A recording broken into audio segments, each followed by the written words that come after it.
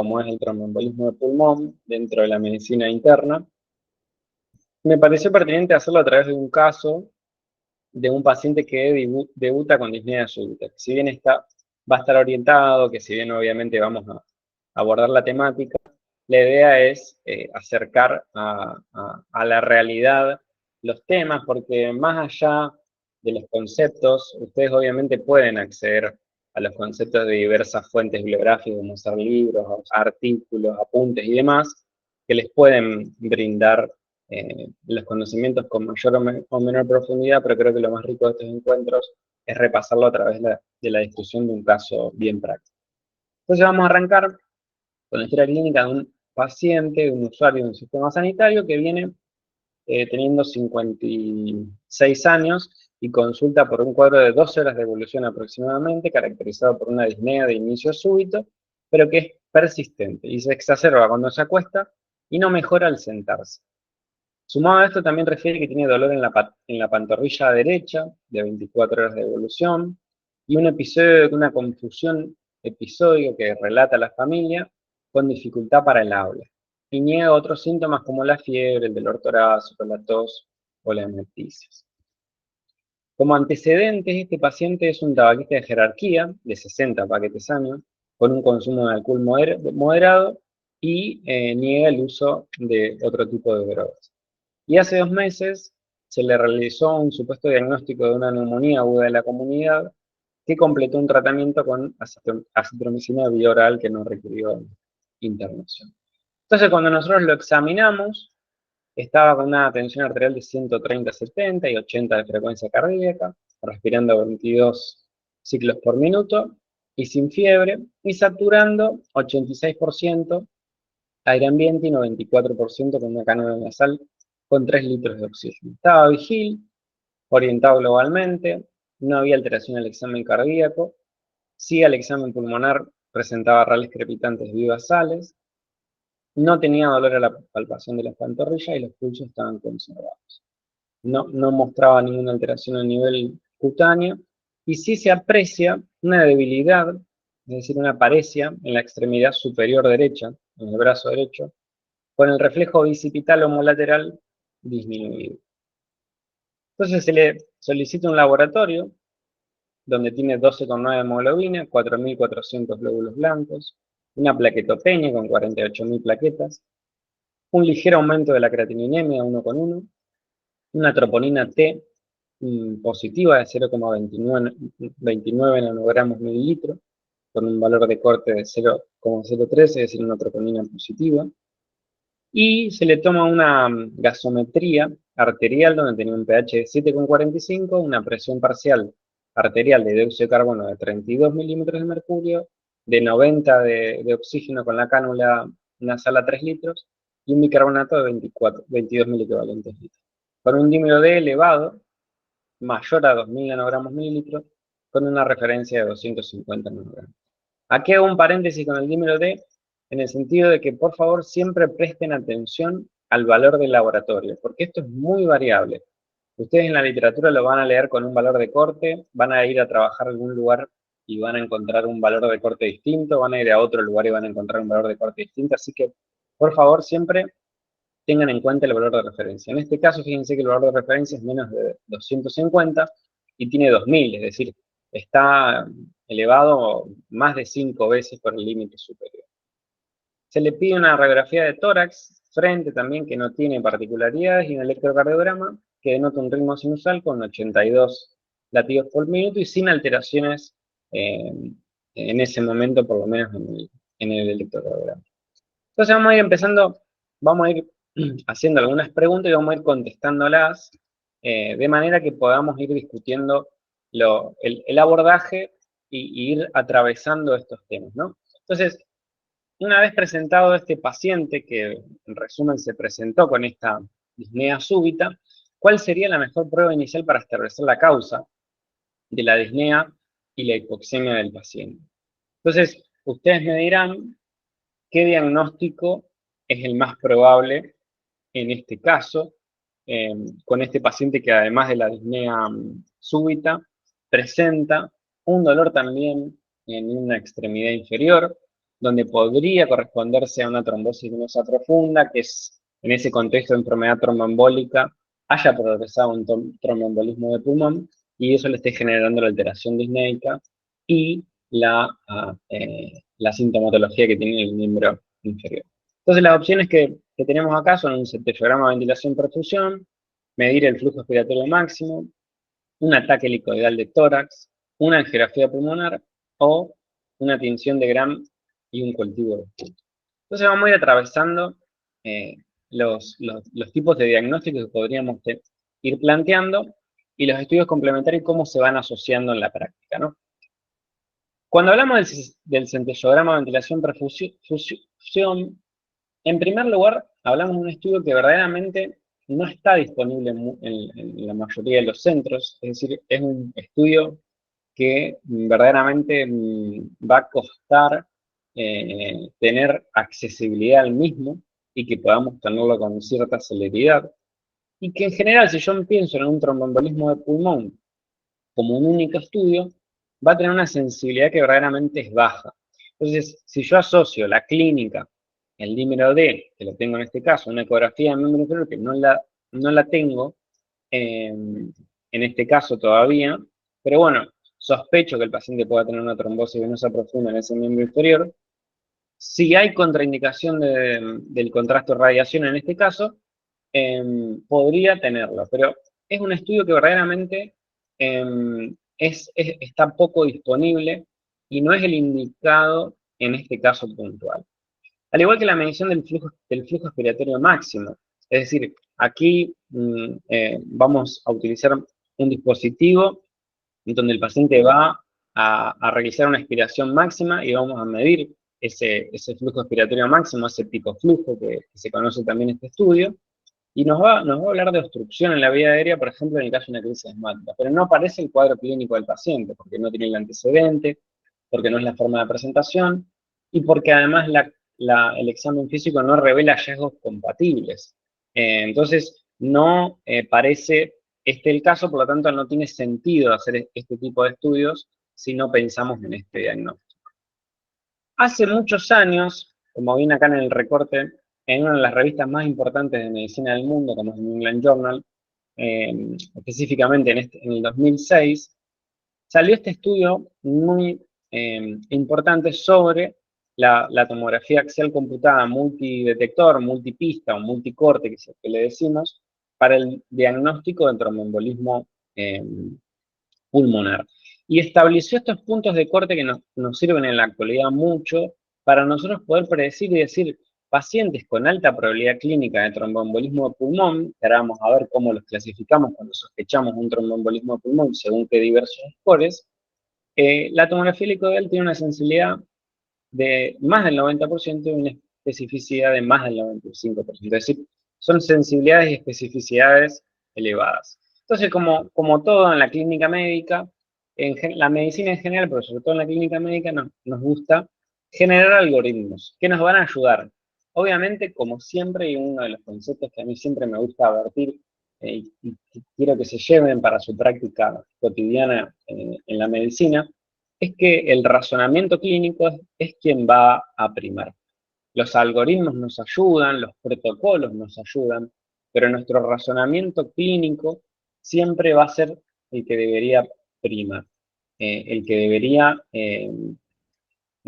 tener esta última palabra en el famoso algoritmo de toma de decisiones que muchas veces tenemos que hacer con nuestros pacientes, en las constantes evaluaciones de riesgo-beneficio que hacemos en la práctica clínica. Entonces, este algoritmo de probabilidad clínica, que se combina con la medición del dímero D, es una forma bastante eficaz de evaluar pacientes con la sospecha de tromboembolismo de pulmón. Ustedes seguramente han leído que el tromboembolismo de pulmón es el gran simulador y que siempre está presente ante un paciente con disnea. Y en la práctica la verdad que es así, es decir, pensamos que los pacientes que tienen disnea, sobre todo con características de ser súbita y algunos otros puntos más, decimos, che, no será un tromboembolismo de pulmón. Y siempre nos quedamos con la duda y no es tampoco tan sencillo descartarlo. Afortunadamente lo sospechamos mucho, pero los casos donde lo confirmamos son pocos.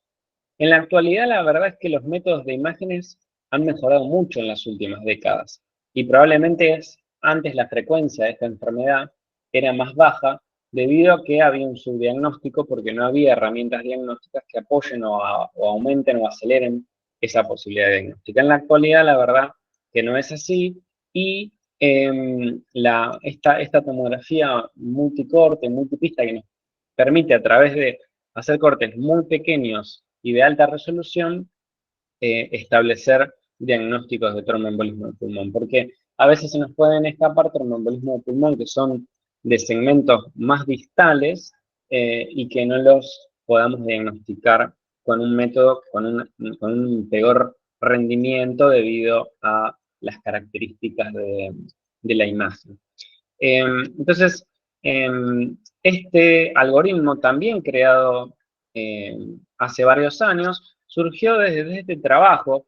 A mí me interesa que razonemos sobre esto porque es importante, porque más allá de conocer un algoritmo y saber que existe, cómo se genera un algoritmo. Es decir, ustedes se habrán preguntado, decir, che, ¿y por qué usamos este algoritmo, el algoritmo el score de Wells, y por qué no usamos otro algoritmo?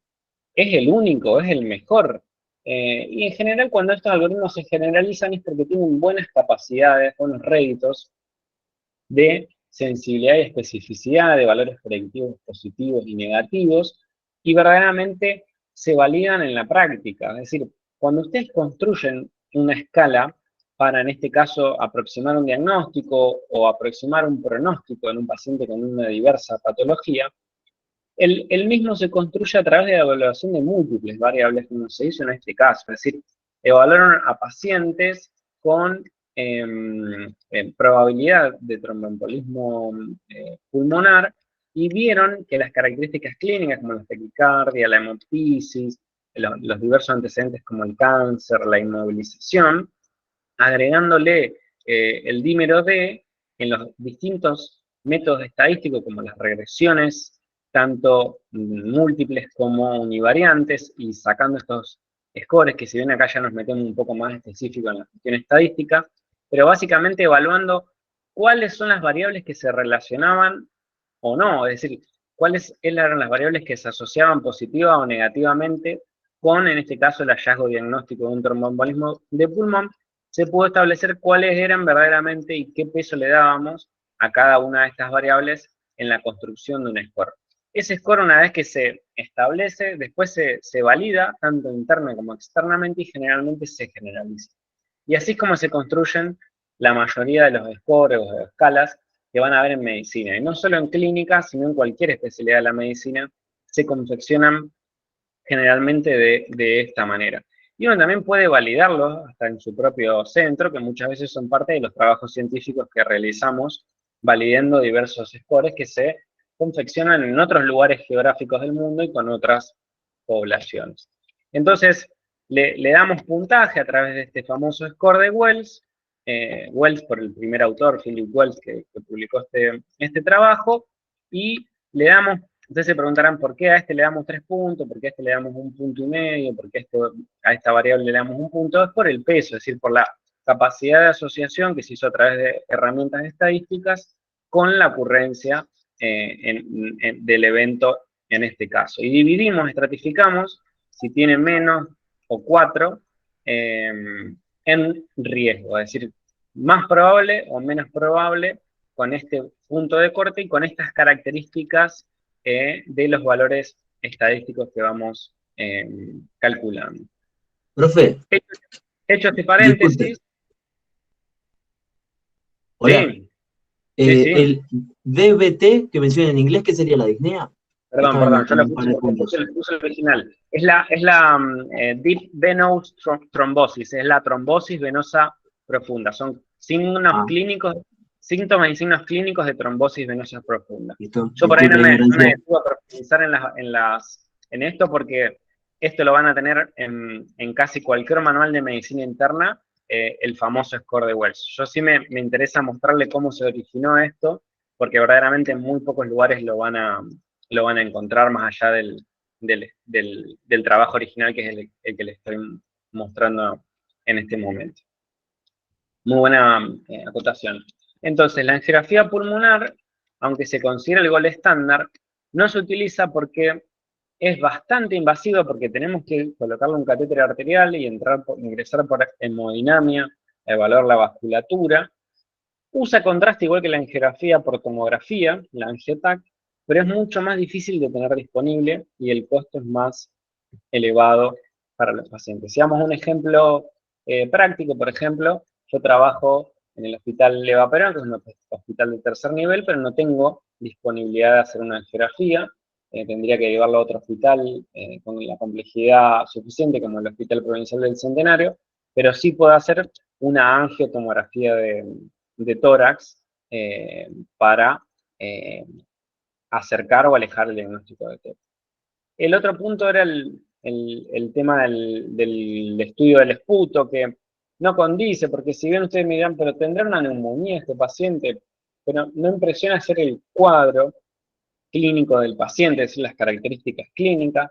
En el examen físico, si bien tiene rales bivasales, no tiene otro hallazgo que nos acerque y nos oriente el diagnóstico, y la radiografía de tórax no tenía alteraciones patológicas compatibles. Ustedes me dirán, bueno, pero puede tener una radiografía inicialmente de tórax negativa para neumonía, es decir, que no tenga dicha alteración, y sí, se las tomo, es verdad.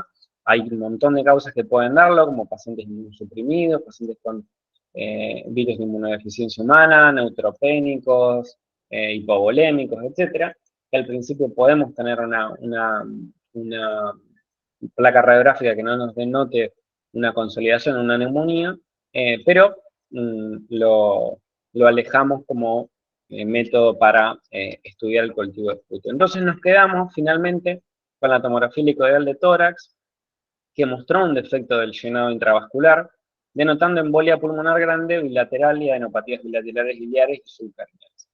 Acá volvemos a hacer un paréntesis, volvemos al score de Well, que si ustedes se lo calculaban, le iba a dar más de 4, por las características clínicas que tenía y el dímero D, y les iba a, en este algoritmo les iba a sugerir realizar un estudio de imágenes como la angiotomografía. Acá tienen la imagen, donde se puede ver marcada con las flechas estos defectos de relleno del contraste. Este es el árbol vascular, donde ven a nivel intravascular las embolias pulmonares a nivel bilateral. Y además ven algunas adenopatías bilaterales, biliares y subcarinales. Entonces el paciente ingresa a una unidad de cuidados intensivos, como siempre manejamos, o sea, cuando diagnosticamos un paciente con tromboembolismo de pulmón, inicialmente lo monitorizamos y lo tratamos en terapia intensiva. ¿Por qué? Porque el riesgo de progresión no es despreciable, puede suceder, si bien no es lo más frecuente, y ahí en esa área de cuidados, como es la unidad de cuidados intensivos, vamos a poder tenerlo monitorizado.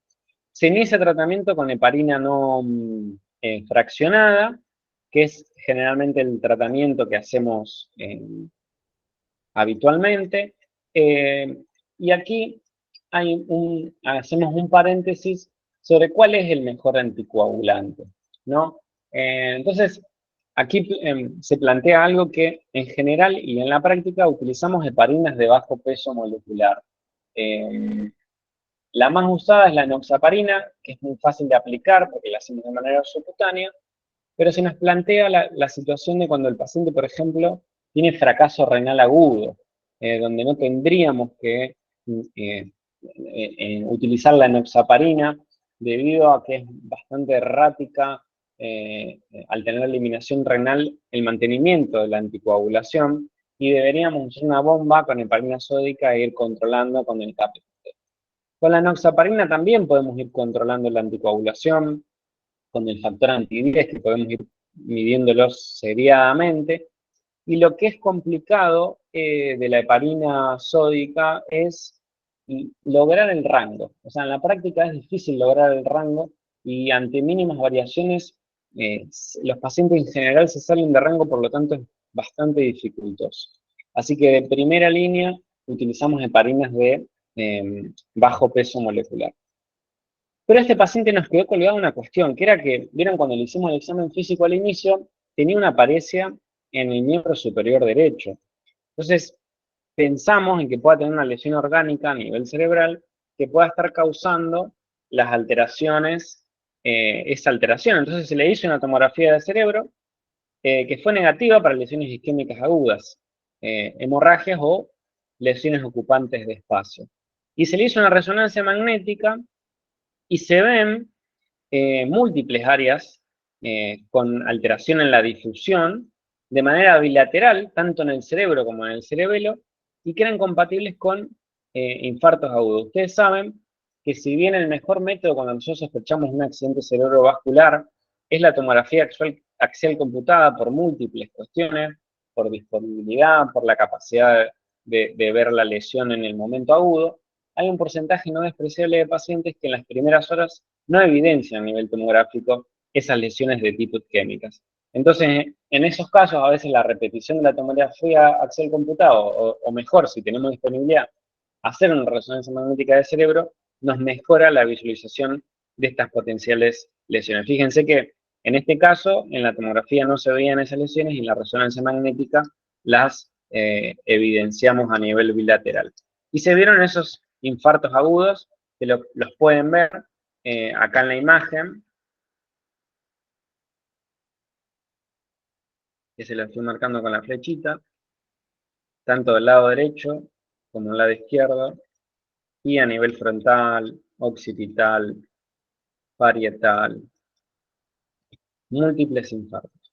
Entonces, ¿qué les parece a ustedes? O sea, y ahora, ¿en qué pensamos y cómo justificamos un paciente al cual le diagnosticamos un tromboembolismo de pulmón bilateral, pero que además hizo un foco neurológico, pero en las imágenes del cerebro tiene múltiples infartos cerebrales y cerebelosos en este contexto? Le pedimos un panel pensando en una trombofilia, un panel sanguíneo, le hacemos una ecografía de las arterias carótidas pensando en patología a nivel local y que pueda estar generando esos aterotrombos. Le hacemos una angioresonancia magnética de cabeza y cuello pensando en otro origen. Le hacemos un ecocardiograma transtorácico o un transesofágico. Entonces vamos a analizar las posibilidades que podríamos hacer según los distintos razonamientos, ¿sí? Estamos haciendo razonamientos clínicos y alejando o acercando posibilidades diagnósticas y evaluando cuál sería el mejor estudio para hacer en cada caso. Entonces dijimos, hacemos un panel de trombofilia, buscamos algunos estados de alteraciones de la trombosis, como la alteración de algunos factores de coagulación como el factor 5, la antitrombina 3, proteína C y proteína S, podemos hablar del síndrome antifosfolipídico, es decir, muchas patologías que se engloban dentro de las famosas trombofilias, y eso nos podría ayudar si nosotros solicitamos los distintos dosajes para cada uno de estos si no encontramos la causa de los infartos. Pero en general, eh, estos los utilizamos cuando evaluamos cuadros de trombosis venosas per se, y sobre todo cuando evaluamos pacientes con enfermedad tromboembólica, pero trombosis venosa de miembros inferiores, la famosa trombosis venosa profunda, porque no sería el ideal en este contexto de este paciente en este momento, no digo que lo descartemos. La ecografía carotídea es uno de los primeros estudios para evaluar a un paciente con infartos cerebrales porque es de bajo costo y porque está disponible en muchos centros, y si bien es operador dependiente nos puede sumar información, pero acá vemos que el territorio cerebral afectado es de la circulación anterior y posterior. Es decir, si ustedes recuerdan cómo era la circulación cerebral, el famoso polígono de Willis se formaba por las ramas que se interconectaban a través de las diversas comunicantes anterior y posterior, tanto la arteria cerebral media y cerebral anterior, que corresponden al territorio anterior, denominado territorio carotídeo, pero que se une detrás con las famosas arterias cerebrales posteriores, que vienen de las arterias vertebrales, que a su vez vienen del ramo de la basilar, que viene de circulación posterior. Así conforman el famoso anillo y polígono de Willis. Entonces, si nosotros pensamos que tiene una patología carotidia, es raro que tengamos lesiones en áreas irrigadas por territorio posterior también. Entonces, no sería el caso, en este caso, para pensarlo. Y el otro método diagnóstico que se nos planteaba es la angioresonancia de cabeza y cuello, que es menos operador dependiente que la ecografía, porque es un estudio más estático, pero es más costoso, más dificultoso y menos disponible, pero generalmente se asocia porque vamos a buscar el mismo territorio y vamos a buscar esa circulación anterior. Aquí tenemos un mecanismo evidentemente embólico más inferior dentro del territorio vascular, porque como les digo, tenemos afección de ambos territorios de irrigación vascular en el sistema nervioso central. Y la ecocardiografía transtorácica, si bien es útil para diagnosticar anomalías estructurales del corazón, es poco útil para evaluar la cardioembolia. Si bien muchas veces empezamos con la ecografía transtorácica, después va a ser el ecocardiograma transesofágico el que nos va a permitir avanzar con esta sospecha.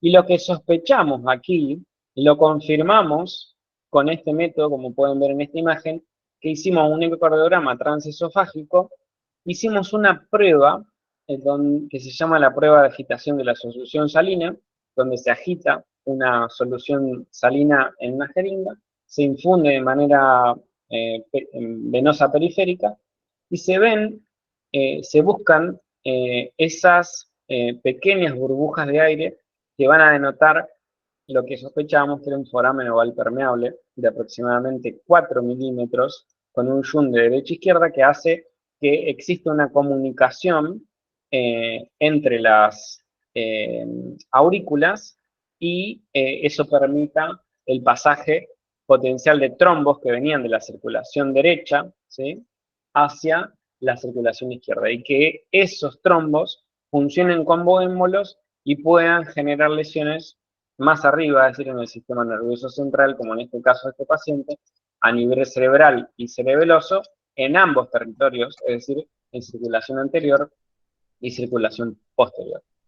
Disculpe, profe, Sí, una pregunta más si no molesta mucho. sí, por favor. Si yo tengo un paciente que, digamos, viene de forma ambulatoria por una clínica en la que yo puedo llegar a pensar una embolia de corazón, supongamos que directamente quiero hacer un ecocardio.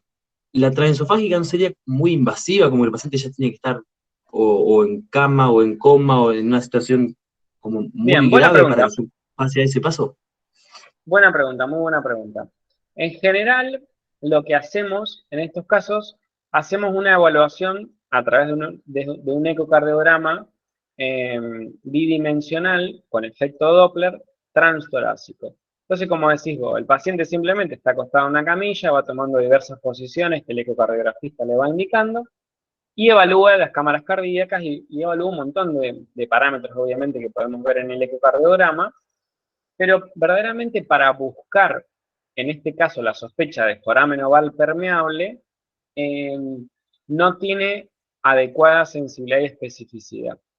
Entonces, sobre todo cuando son pequeños, porque vos pensás que estos pacientes llegan a la edad adulta, en general se pasaron y no se pudieron diagnosticar antes, porque si no, obviamente se ve hecho el diagnóstico y buscarle eventualmente la solución, que muchas veces es una solución quirúrgica o hemodinámica.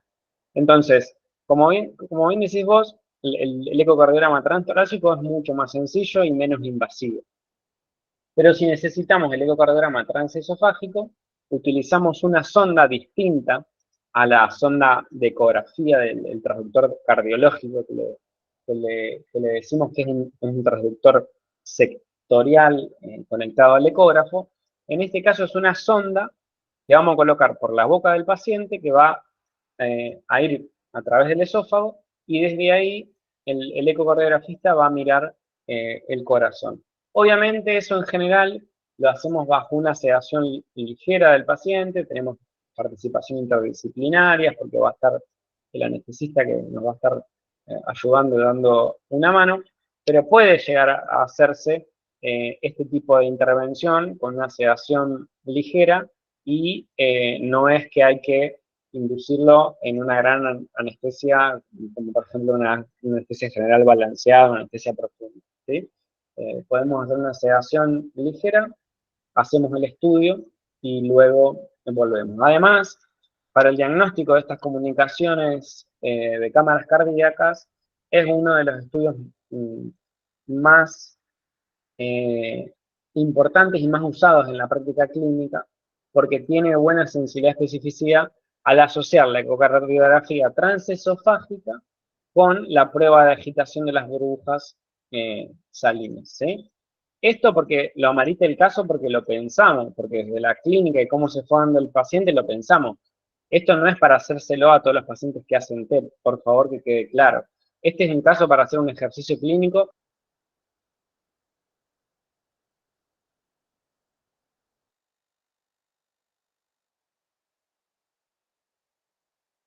Hacemos constantemente en la práctica de riesgo-beneficio, de costo-beneficio y demás cuestiones que nos permiten a nosotros tomar decisiones, ¿sí? Esa es la idea de esto, que los diagnósticos que nosotros planteamos estén basados con la mayor cantidad de información y el mayor sustrato científico, obviamente, regidos por nosotros a través de nuestro razonamiento clínico, y que nuestra terapéutica después esté en consonancia con esto que estamos diagnosticando.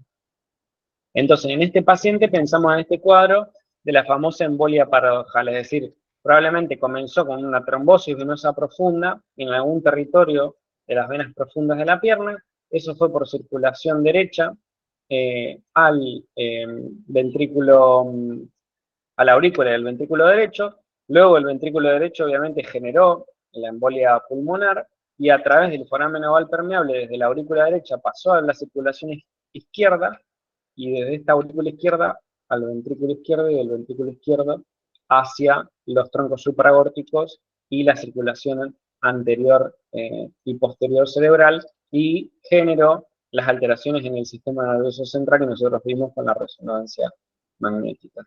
Entonces, le ocurrieron varias cosas, o sea, en un sustrato de un foramen oval permeable a este paciente, al hacer una trombosis venosa profunda, no solo hizo un tromboembolismo de pulmón, sino que al tener este foramen oval permeable, hizo o sea, infartos múltiples a nivel del sistema nervioso central, tanto de cerebro como de cerebelo.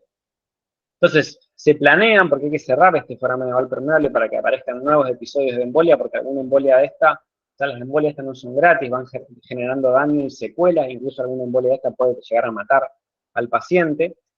Y lo que se vio es que hubo descenso de las plaquetas después en el seguimiento clínico que hicimos por consultorio, con un descenso hasta 43.000 plaquetas. Le hicimos un frote de sangre periférica para mejorar la caracterización de esas plaquetas, que confirma la trombocitopenia y muestra una reacción leucoeritroblástica con blastos circulantes y células eritroides nucleadas, pero sin esquistocitos, con un ring de 1,1, un KPTT de 73, es decir, prolongado, y un fibrinógeno activado que estaba ausente. Entonces, ¿qué les parece? ¿Cuál sería el estudio más apropiado para evaluar la trombocitopenia que tiene el paciente en este caso? Le pedimos anticuerpo anticomplejo heparino factor plaquetario 4, pensando en una reacción de este tipo asociada a la heparina. Le pedimos dosaje de fibrinógeno o mediciones repetidas de creatininemia. Le pedimos estudio de anticuerpo antiplaquetario, o vamos directo a biopsiar la médula ósea. Para repasar, los anticuerpos del complejo, o sea, anti el complejo heparino factor plaquetario 4, son de elección para el diagnóstico cuando pensamos en una patología que también en el internismo es frecuente, que es la famosa trombocitopenia inducida por heparina. La sensibilidad y especificidad es alta, pero no aparece el cuadro de nuestro paciente, porque ya ingresa con la plaquetopenia, es decir, ya la arrastraba del ingreso, y generalmente estos cuadros, para repasar de plaquetopenia inducida por heparina, se dan durante la internación y son anticuerpos que aparecen varios días después del inicio de la misma, y que generalmente mejoran con la suspensión de la heparina. Podemos utilizar otro tipo de heparinas que no dan estas reacciones, por ejemplo la fondaparina, pero no aparece el cuadro de nuestro paciente. Y el problema que tenemos siempre con los anticuerpos anticomplejo heparina, que realmente en la práctica son muy poco utilizados, porque son muy difíciles de realizar y son muy lentos, es decir, hasta que tenemos el resultado, verdaderamente el paciente ya tomamos una conducta y le mejoramos la clínica. Así que no parece ser lo que necesitamos en este caso. Si pensamos en una famosa SIG, es decir, una coagulación intravascular diseminada que se descompensó, en general vamos a tener un cuadro diagnóstico distinto y no es compatible con los valores de fibrinógeno que tiene el paciente. Por lo tanto, lo alejamos a ese diagnóstico de que esté haciendo una coagulación intravascular diseminada. Pero podemos sospechar otro cuadro diagnóstico como es la PTT, la famosa púrpura trombótica trombocitopénica, que generalmente la diagnosticamos cuando, y es muy típico esto, cuando la creatinina sérica aumenta muy rápido, es decir, en controles seriados de pocas horas, la creatinina pica y aumenta rápidamente por el mecanismo de activación a ese nivel que tiene la PTT. Pero nos falta una pata que es la presencia de esquistocitos en el frote de sangre periférica, por lo tanto, no es lo más probable que tenga este diagnóstico. Y el estudio de anticuerpos antiplaquetarios lo hacemos cuando sospechamos un proceso autoinmune, pero no parece el caso de nuestro paciente. Entonces, directamente nos fuimos a la realización de una biopsia, una punción por biopsia de médula ósea, por las características que tenía el frotis de sangre periférica, y sospechamos un famoso cuadro que afortunadamente no es tan frecuente, que se llama miloptisis. La miloptisis, como ustedes saben, se refiere a la ocupación de esta médula ósea por un proceso patológico que altera la arquitectura normal de la médula. Entonces, fuimos a buscar a la médula ósea y se observó esta infiltración por un adenocarcinoma metastásico evaluado a través de la anatomía patológica. Y el paciente agrega alteraciones del estado mental. Se le repite, se le hace una nueva imagen a nivel del sistema nervioso central y, como pueden ver, se aprecia esta imagen a nivel cerebral. Entonces, ¿qué les parece que sería el próximo estudio en el caso para el seguimiento del paciente? Pensando en lo que probablemente tenga agregado en este contexto. Le hacemos una resonancia, una punción lumbar, le colocamos un filtro en la vena cava inferior y suspendemos la heparina, solamente la suspendemos o le administramos lorazepam. Como ustedes pudieron ver en esa imagen, la tomografía mostró esa transformación hemorrágica de esa lesión isquémica. No sé si las marqué, no las voy a marcar. Acá está, ¿sí? Fíjense que es una lesión bien hiperdensa en comparación con el parénquima circundante. Si bien no genera gran efecto, es decir, no genera un efecto de masa importante, no tiene un vuelco intraventricular, no tiene una desviación considerable de la línea media, pero era una lesión y probablemente esté relacionado a la anticoagulación de este paciente por su enfermedad tromboembólica. Entonces, la resonancia no nos ayudaría mucho más que la tomografía computada. Recuerden que la tomografía computada es uno de los mejores métodos para evaluar las hemorragias intracerebrales, así que no nos aportaría demasiado, gastaríamos demasiados recursos de manera innecesaria y someteríamos a un paciente a esa alteración. La punción lumbar ayuda si es un paciente en el cual sospechamos una hemorragia subaracnoidea, porque puede pasar que en el 5% de las tomografías de cerebro de los pacientes que sospechamos hemorragia subaracnoidea no la vemos en la tomografía. Entonces, al tener la famosa xantocromía, que es la presencia y degradación de las células hemáticas por varias horas en el líquido cefalorraquídeo, nos ayuda a nosotros, si vemos un líquido xantocrómico, a acercar el diagnóstico de hemorragia subaracnoidea. Y es bastante probable, y ya tenemos la asociación a la hemorragia intracerebral, ¿sí? A ese hematoma intraparenquimatoso. Entonces, dijimos que suspender la heparina es muy importante porque podrían aparecer nuevos eventos de sangrado, tiene varias zonas de isquemia que podrían transformarse en lesiones hemorrágicas. Y la colocación de un filtro en la vena cava inferior podría reducir la posibilidad de un nuevo émbolo pulmonar y de nuevos infartos cerebrales cuando hablamos de esta famosa embolia paradojal que les mostré previamente. La suspensión única de la heparina sin el filtro no sería recomendable en el sentido de que seguiríamos con un riesgo aumentado, o sea, suspenderíamos el riesgo, el tratamiento de la enfermedad tromboembólica a expensas de que no tengan nuevas hemorragias cerebrales, pero tendríamos que buscar un método alternativo. Ese método alternativo es el filtro en la vena cava superior para bajar el riesgo, para bajar la posibilidad de que el paciente haga una nueva embolia pulmonar y nuevos infartos a nivel cerebral. Y el lorazepam solamente para manejo de la agitación, pero no va a abordar la causa de la hemorragia intracraneal, por lo tanto estaría indicado la suspensión de la heparina y la colocación de un filtro en la vena cava inferior. El filtro en la vena cava inferior se coloca a través de un procedimiento hemodinámico, obviamente es complejo, hay que tener el equipo, el expertise del operador y obviamente el elemento para colocarlo.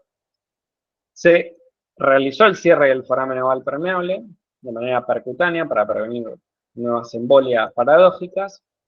Y la médula ósea, estudiada con mayor detenimiento a través de la inmunohistoquímica y distintos métodos de biología molecular que podemos llegar a utilizar, mostró al final un adenocarcinoma de pulmón metastásico, que fue el diagnóstico agregado en este paciente. Se hizo una tomografía de abdomen y pelvis que mostró adenopatías retroperitoneales, pericelíacas, portocava, es decir, múltiples, y lesiones metastásicas también a nivel de la columna torácica y lumbar, y una masa en la glándula suprarrenal izquierda compatibles con secundarismo de ese adenocarcinoma pulmonar primario. Entonces, el diagnóstico final de este paciente, que es un paciente súper complejo, que analizamos en este espacio, fue un adenocarcinoma de células no pequeñas en un estadio 4 por la extensión metastásica evidenciada a través de la tomografía computada, verdaderamente ya con un paciente con un mal performance status, con un compromiso muy importante de la calidad de vida debido a esta patología.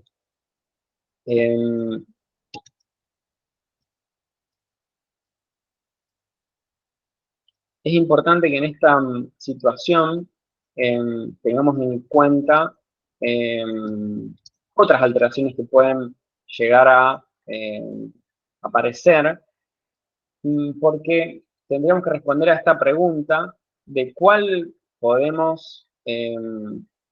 qué tratamientos podemos llegar a utilizar nosotros para prevenir una posterior discapacidad y una recurrencia temprana de un accidente cerebrovascular en un paciente como este. Es decir, cuando nosotros tenemos un paciente adelante, ustedes saben que está escrito los principios de bioética que nos rigen nuestro accionar médico, los famosos principios del Casting Center, hablan de que uno obviamente va a tratar de que el paciente, en primera instancia, sobre todo cuando hablamos de patologías graves como las que analizamos, salve su vida.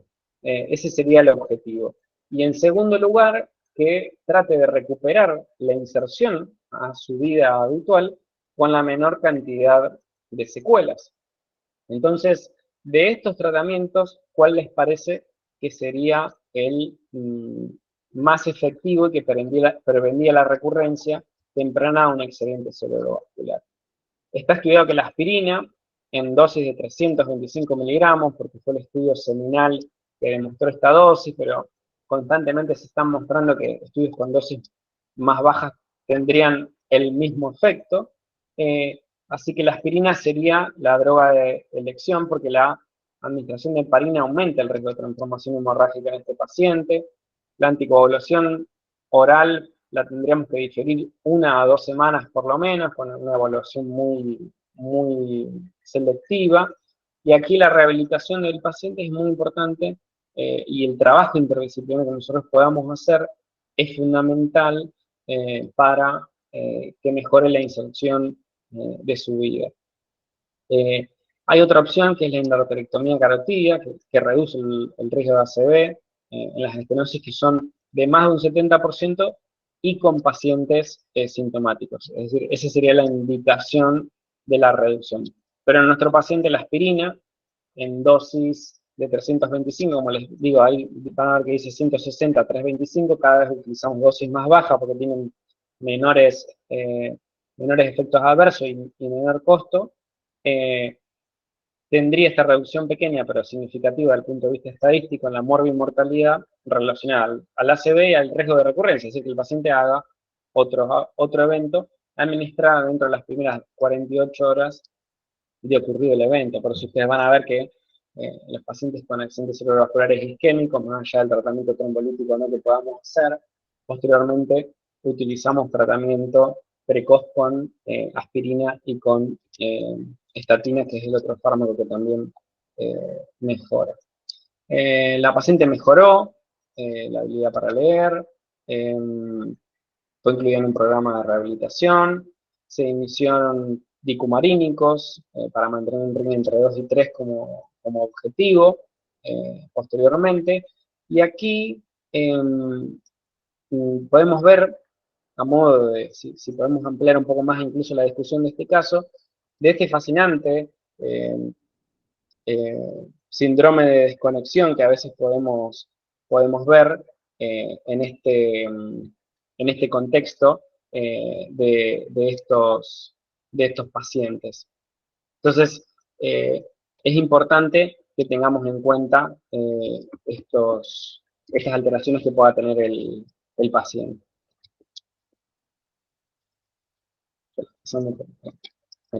Perdón.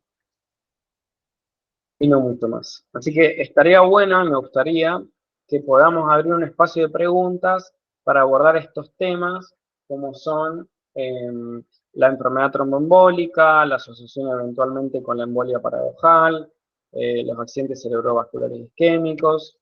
Así que, si les parece, abrimos un espacio de preguntas para poder charlar un poco sobre el tema. No tengan miedo, por favor, no tengan miedo, pregunten, sáquense las dudas, estos son los espacios que construimos. Lucía, vamos Lucía. Profe, mi pregunta era que si en la primera tomografía que se le hizo al paciente, o sea, no había compromiso de la circulación posterior, no elegiríamos de o sea, como de entrada el eco transesofágico, ¿verdad? Pues no estaríamos pensando. Claro. Es muy buena pregunta, Lucía. Lo que pasa es que en este caso puntual pasó lo que nos pasa muchas veces, Lucía.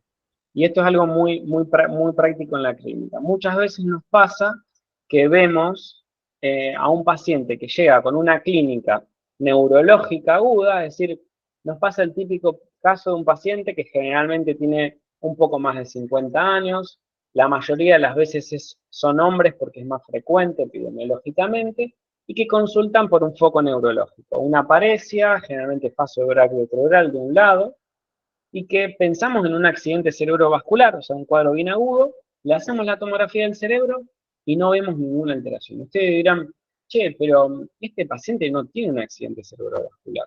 Y en realidad sí, lo más probable es que tenga el accidente cerebrovascular que le está evidenciando esa causa, y que si volvemos a repetir esa tomografía en un tiempo prudencial, más o menos en 24 horas, probablemente veamos la lesión isquémica, o incluso si en el mismo momento, si tenemos disponible un resonador, le hacemos la resonancia magnética, vemos la lesión isquémica. Entonces, nosotros en general, obviamente, manejamos al paciente como si fuera un ACV isquémico. Acá tengamos en cuenta y acuérdense que los accidentes cerebrovasculares a grandes rasgos se dividen en isquémicos y hemorrágicos. Y es muy diferente el tratamiento de uno sobre el otro. O sea, en el isquémico, en ciertos casos trombolizamos, usamos aspirina, y en el hemorrágico todo lo contrario, es decir, evitamos el uso de antiagregantes plaquetarios. Pero con la tomografía sí es un buen método para ver, en resumen, para ver lesiones por sangrado, como las da el hematoma intraparenquimatoso espontáneo o la hemorragia subarachnoidea. Y el caso del accidente cerebrovascular isquémico muchas veces nos plantea esta duda. Entonces, ¿qué hacemos, Lucía? en resumen, te entra un paciente con un cuadro neurológico súper compatible con un ACV. Descartás el ACV hemorrágico, es decir, el hematoma intraparenquimatoso, hemorragia sordoidea, y decís, bueno, tiene un ACV isquémico. Lo manejamos como tal. Si tenemos resonancia, que sería lo ideal, hacemos una resonancia del cerebro, y si no, repetimos en un tiempo prudencial, que generalmente son 12 a 24 horas, la tomografía a ver si vemos la lesión isquémica. Y muchas veces aparece. Lo ideal es hacer una resonancia. La resonancia nos va a permitir denotar la lesión isquémica. Y generalmente cuando tenemos un accidente cerebrovascular, la lesión isquémica corresponde a un territorio vascular. Es raro el caso que yo les presenté. Era más para hacer un ejercicio de diferentes planteos diagnósticos y terapéuticos. Pero la mayoría de los accidentes cerebrovasculares corresponden a un área de circulación, arteria cerebral anterior, arteria cerebral media, es decir, corresponden a un derecha o izquierda, a un determinado territorio o todo el territorio silviano de un lado o del otro. Es decir, generalmente hay una correlación de la lesión que yo veo con la tomografía, obviamente con el foco neurológico que manifiesta el paciente y con dónde estuvo la obstrucción trombótica, embólica o tromboembólica que tuvo este paciente. Así que en esta situación el comportamiento es ese. Cuando tenemos un paciente con una sospecha de un ACV isquémico, que la primera tomografía es negativa, lo ideal sería hacer una resonancia, si tenemos disponible, y eventualmente, al no tener disponible, podemos repetir la tomografía, porque pasan un montón de situaciones que no lo tenemos, ¿sí?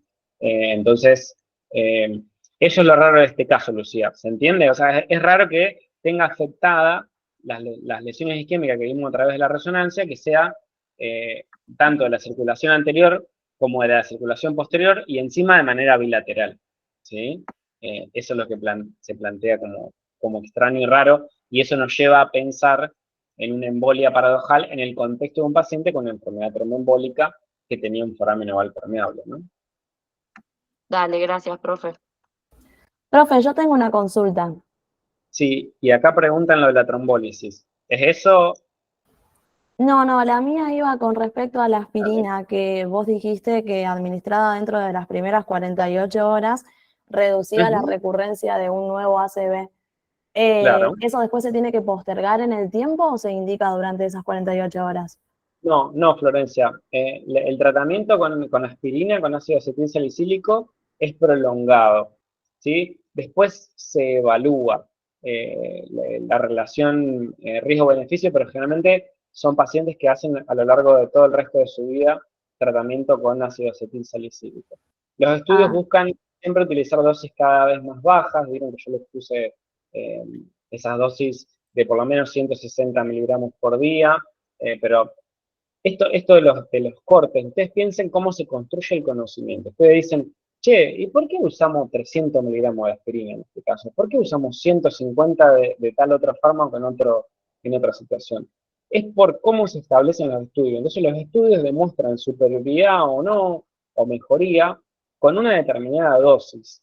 Y eso se convierte en un estándar de cuidados. Y ese estándar de cuidados, en la medicina muchas veces después buscamos modificarlo para mejorar la seguridad del paciente. A ver, si yo tengo el mismo efecto de reducción del riesgo de recurrencia del ácido isquémico con 325 miligramos que con 160 miligramos por día de aspirina, ¿para qué voy a usar dosis más altas? Si gasto más dinero a nivel del sistema sanitario y le aumento el riesgo de potenciales efectos adversos al paciente. Entonces utilizo dosis más bajas. Lo mismo nos pasa, no sé, por ejemplo, con el tema de los antimicrobianos. ¿Por qué utilizamos 7, 10, 14 días para tratar tal o cual infección? ¿Por qué no usamos tratamientos más cortos? Entonces la medicina busca constantemente eso, es decir, reducir esos tiempos y esas características de tratamiento para mantener el beneficio que van demostrando los diversos ensayos clínicos con la menor cantidad de efectos adversos y con el menor costo sanitario para los sistemas. Acá habla, ¿estamos, Florencia? Sí, ¿eh? Sí, gracias. Acá Yago hace una pregunta muy buena que pregunta sobre el periodo de ventana. Bien. Otro de los tratamientos que usamos para los accidentes cerebrovasculares isquémicos, más allá de la aspirina, es la trombólisis. La trombólisis farmacológica, porque también la podemos hacer de manera mecánica, con la famosa extracción del coágulo por otro método, pero la farmacológica, que es la más usada, con un medicamento que se llama Alteplase o TPA, establece ventanas. Esto que dice, el periodo de ventana que dice Yago. Cuando hablamos del periodo de ventana de tratamiento, ¿sí? No confundamos el periodo de ventana para serologías u otras cosas en medicina. Esto es un periodo de ventana terapéutica, habla desde el inicio de los síntomas. Y acá también la medicina va buscando nuevos horizontes. Entonces, al principio, los resultados y la mayoría de los algoritmos habla de utilizar 4 horas y media porque los diversos estudios mostraban que ya la relación riesgo-beneficio y el costo-beneficio ya era muy alejada. Entonces utilizamos 4 horas y media como tiempo de ventana. Pero actualmente se están haciendo investigaciones y se están prolongando estos tiempos, incluso ayudándonos por algunos otros estudios complementarios, y estamos transgrediendo estas horas y utilizando más horas de ventana. Porque ustedes piensan lo siguiente, cuando ustedes tienen un paciente con un accidente cerebrovascular isquémico, no solo el paciente puede morir del accidente cerebrovascular isquémico, sino que las secuelas que le pueden quedar por la patología pueden ser muy graves. Y no solo la persona puede fallecer por la patología per se, sino que las secuelas, para que se reinserte socialmente, son muy grandes. Entonces, los sistemas sanitarios establecen diversas conductas que son riesgo-beneficio y costo-beneficio aceptables para que las personas, como les comenté antes, los famosos principios de la medicina, se recuperen socialmente con la menor cantidad de secuelas. Y esto es un ejemplo bien práctico de cómo, a través de una medida como la trombólisis farmacológica del ácido isquémico, reducimos o revertimos esas potenciales secuelas que podrían quedar posteriormente. ¿Mm? Acá, Profe, Juan, tenemos que terminar, ¿eh? Estamos en tiempo. No, sí, que justo decía que damos paso a las últimas preguntas porque ya está la próxima docente para Dale, comenzar dale, las dale. últimas preguntas, así ya. profe, Perfecto. una pregunta. Sí, sí, Clepson, ¿está hablando? Sí. Un paciente con una trombosis venosa profunda, Sí. se va a hacer una anticoagulación por un tiempo, por 3 a 6 meses, ¿cierto? Un Sí, dependiendo paciente, del origen de eso, Clepson. un Acuérdense paci- que lo van a encontrar en todos los libros. El tema, igualmente eso también está en discusión, que el tiempo de tratamiento anticoagulante va a depender de la causa de la trombosis venosa profunda. Si la tengo identificada, si no, si está identificada cuál fue la causa, ¿sí? Recordemos eso. y un paciente con un TEP. La ¿Cómo? indicación con un tromboembolismo pulmonar. Sí. La indicación de anticoagulación sería el mismo tiempo. Sí. En general es similar. Usamos tablas similares, pero ahí la individualización, Clepson, del tiempo terapéutico del tratamiento anticoagulante es más individualizada, ¿sí? Pero en general seguimos esa misma línea de tratamiento, porque acuérdense que esto es una famosa enfermedad tromboembólica, es decir, es un espectro amplio donde consideramos al tromboembolismo pulmonar y la trombosis venosa profunda dentro de un mismo espectro, ¿sí? Si bien son dos entidades, las consideramos como la famosa enfermedad tromboembólica, Clepson.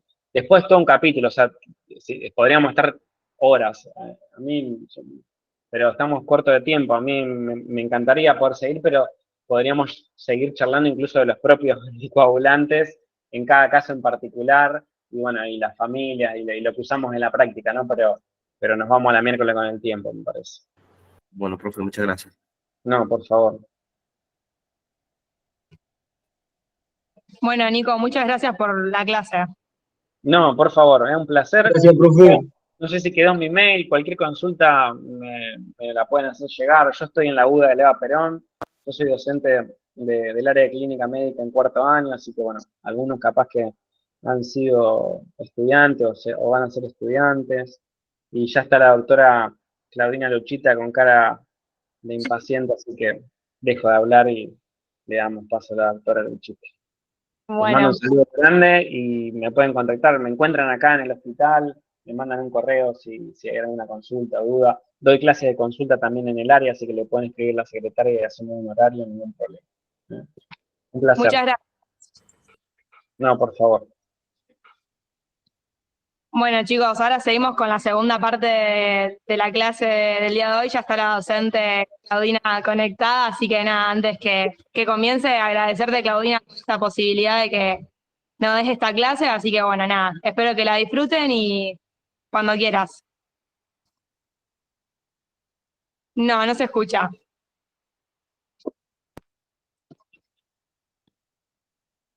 Tampoco. Va, yo no la escucho, no sé ustedes, chicos, si la escuchan. ¿No se escucha? No, no se No, escucha. no, tampoco.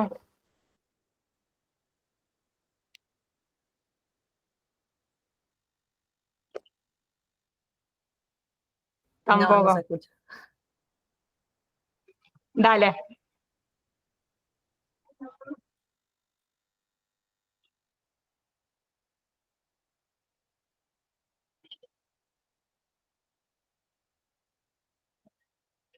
Bueno, el formulario de asistencia, justo aprovecho que mientras la docente se vuelve a conectar, lo dejamos en el chat, ¿sí? Así que cualquier cosa, si no, lo volvemos a reenviar. Bueno, gracias.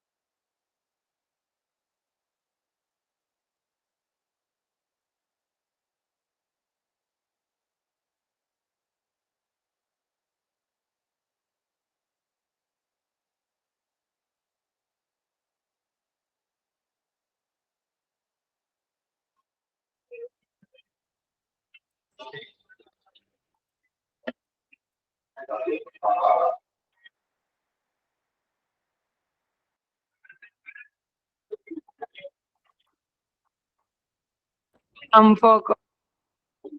¿Se dan los auriculares? ¿Vamos con auriculares? A ver. No.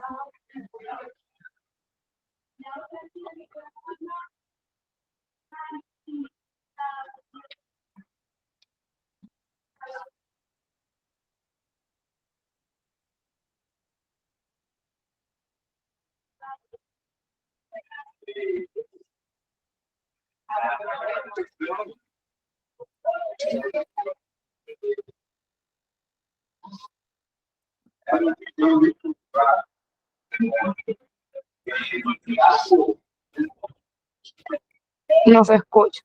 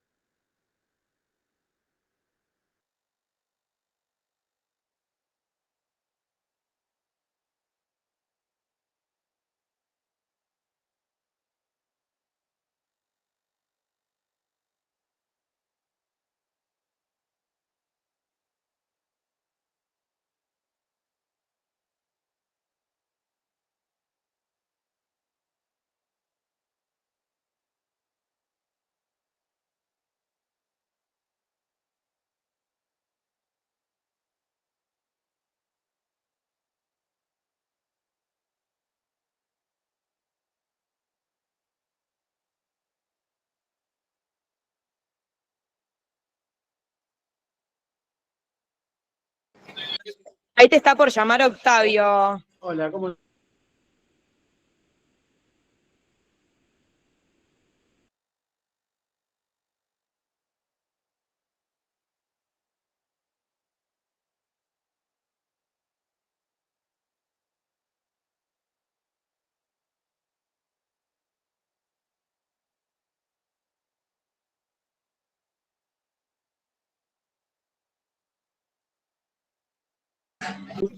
Chicos, ahí la docente va a entrar desde el celu para que se pueda escuchar el audio y bueno, presentar desde la compu. Así que aguarden 5 minutitos que ya comenzamos, ¿sí? ¿Ahora? ¿Me escuchan? Sí, sí, Ay, perdonen, chicos, soy un desastre con la tecnología. no pasa nada. Bueno, yo voy a transmitir el audio desde el celular y desde la pantalla de la compu les voy a pasar el power. Dale.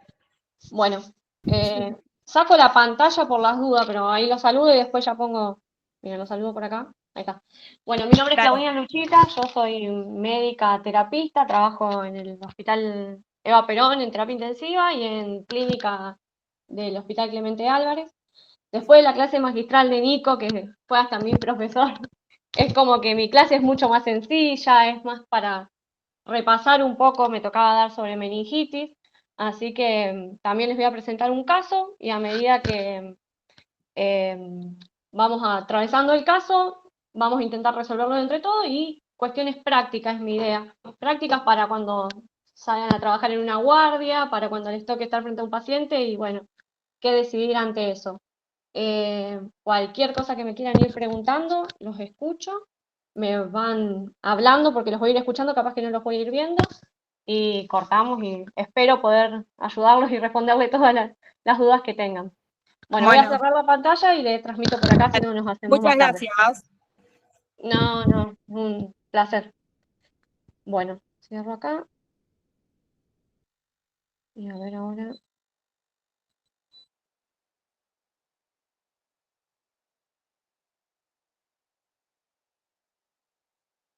¿Ahí se ve? No, no se ve. Ja, bueno, les dije que era un desastre con la tecnología. Tengo que hacer ventana.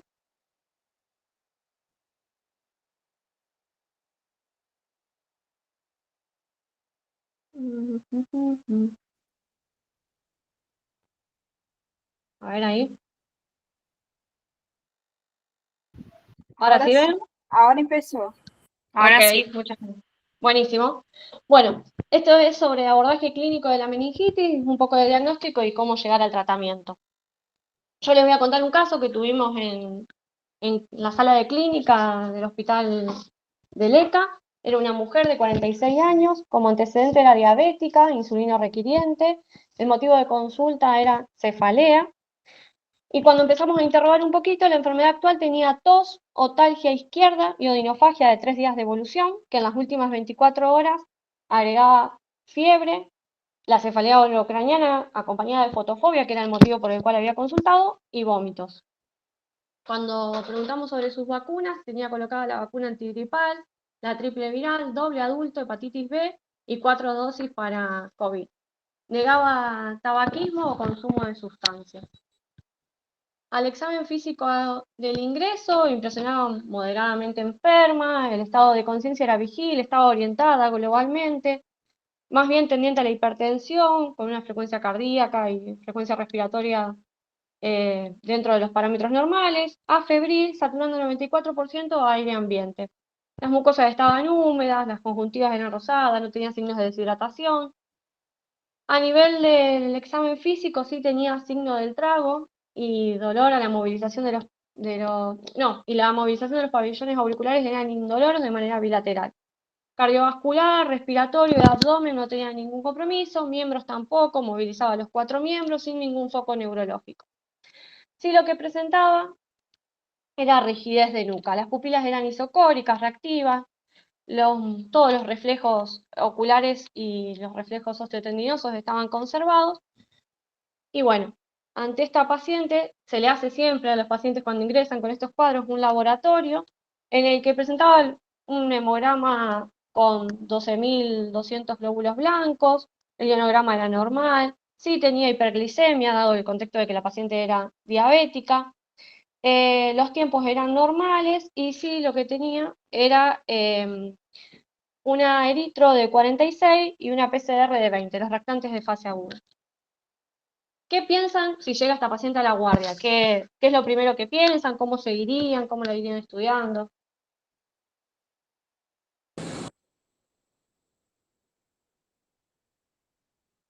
¿Me escuchan o no? Sí, profe. Sí, pensamos a una Ah, meningitis. a ver si puedo ver dónde me escriben acá. Ay, ya está. Sí, por la sintomatología que presenta, pensamos a una meningitis o encefalitis. Está bien, sí, sí. Eso podría ser el diagnóstico final. Pero ¿qué es lo próximo que harían en esta paciente? Una ¿El TAC. examen físico está completo? ¿Le falta algo el examen físico que les conté? Habría, Podría ser habría una que punción hacer una lumbar. otoscopia. A ver, ¿cómo? Hacer una punción lumbar. Una punción lumbar es lo próximo a seguir, ¿sí? Porque ante la sospecha de meningitis es lo próximo, es verdad. Bueno, y al Claro, examen sí. pero, profe, antes de la punción lumbar, ¿no deberíamos descartar una masa ocultante de espacio? Perfecto. Bueno, vamos a ver en qué casos sí o sí es necesario hacer una tomografía y en cuáles no para descartar una masa ocupante de espacio. Ya ahora en el correo de la clase vamos a ver que no siempre es necesario hacer una tomografía previo a hacer una punción lumbar. Y ante la sospecha siempre va a ser la prioridad iniciar el tratamiento. Sí, lo que pasa es que este examen físico no está del todo completo. Ahora vamos a ver por qué. Ah, ya. Bueno, como estudios complementarios, parte de lo que fueron diciendo ustedes, a esta paciente sí se le realizó una punción lumbar y el líquido cefalorraquídeo era santocrómico, opalescente, tenía 280 elementos, con 30% de polimorfonucleares, una glucosa, bueno, ahí le faltó un 0, es de 40 y proteínas de 3,7, con PANDI positivo. A la microbiología, que esto ya le estoy adelantando el resultado, dio positivo los hemocultivos para un streptoneumoniae, porque le sacaron hemocultivos al ingreso. El líquido cefalorraquídeo, el directo, dio para diplococos gram positivos. Se le habían hecho estudios por imágenes, en donde se hizo una radiografía de tórax que no evidenciaba solamente el índice cardiotorácico aumentado. Y sí, se le hizo una tomografía, en este caso, aunque no siempre es necesaria, en donde se evidenciaban pequeñas burbujas de neumoencéfalo a nivel del espacio extraaxial supratentorial y pérdida de la diferenciación de los surcos y fisuras de la convexidad en ambos hemisferios de manera global y difusa compatible con el edema encefálico. Esto no siempre es así en todos los casos clínicos. Para repasar un poquito de qué es la meningitis, es la inflamación de las membranas que recubren el cerebro y la médula espinal, afecta a la pía madre, el aracnoides y el líquido cefalorraquídeo, que está contenido en el espacio que está delimitado entre ellos, que sería el espacio subaracnoideo. Lo más importante tener en cuenta es que se trata de una emergencia infectológica donde el tiempo para la sospecha y iniciar el tratamiento es un punto fundamental que va a condicionar la morbimortalidad del paciente. Ante la sospecha, iniciar el tratamiento, eso es lo que se tienen que llevar como concepto de este repaso. Las etiologías pueden ser infecciosas, y dentro de las infecciosas, bacterias son las más frecuentes dentro de la meningitis, los virus en segundo lugar, hongos y parásitos en tercer y cuarto lugar. Y las no infecciosas, ahí podemos tener medicamentosas, sistémicas y neoplásicas, pero ya nos estamos yendo un poco del tema y son mucho menos frecuentes que las de causa infecciosa. Dentro de las de causa infecciosa, la principal causa es el neumococo, le sigue el meningococo, la listeria y el hemófilos influenza, esto debido a que en las últimas décadas, gracias a la implementación de las vacunas, las meningitis bacterianas de la comunidad han disminuido en gran parte, y por ejemplo, hemófilos influenza, que ya tiene una vacunación establecida en la infancia, ha hecho que la mayoría de los pacientes tengan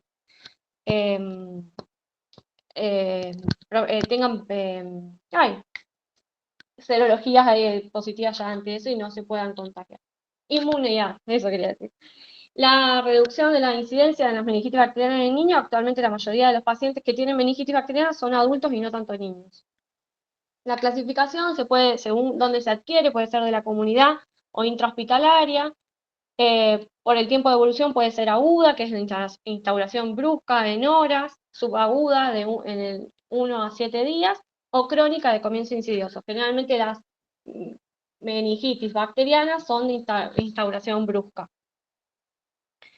Los síntomas y signos, hay una triada clásica que es fiebre, rigidez de nuca y alteración del sensorio, pero solo 2/3 de los pacientes que presentan meningitis presentan esta triada.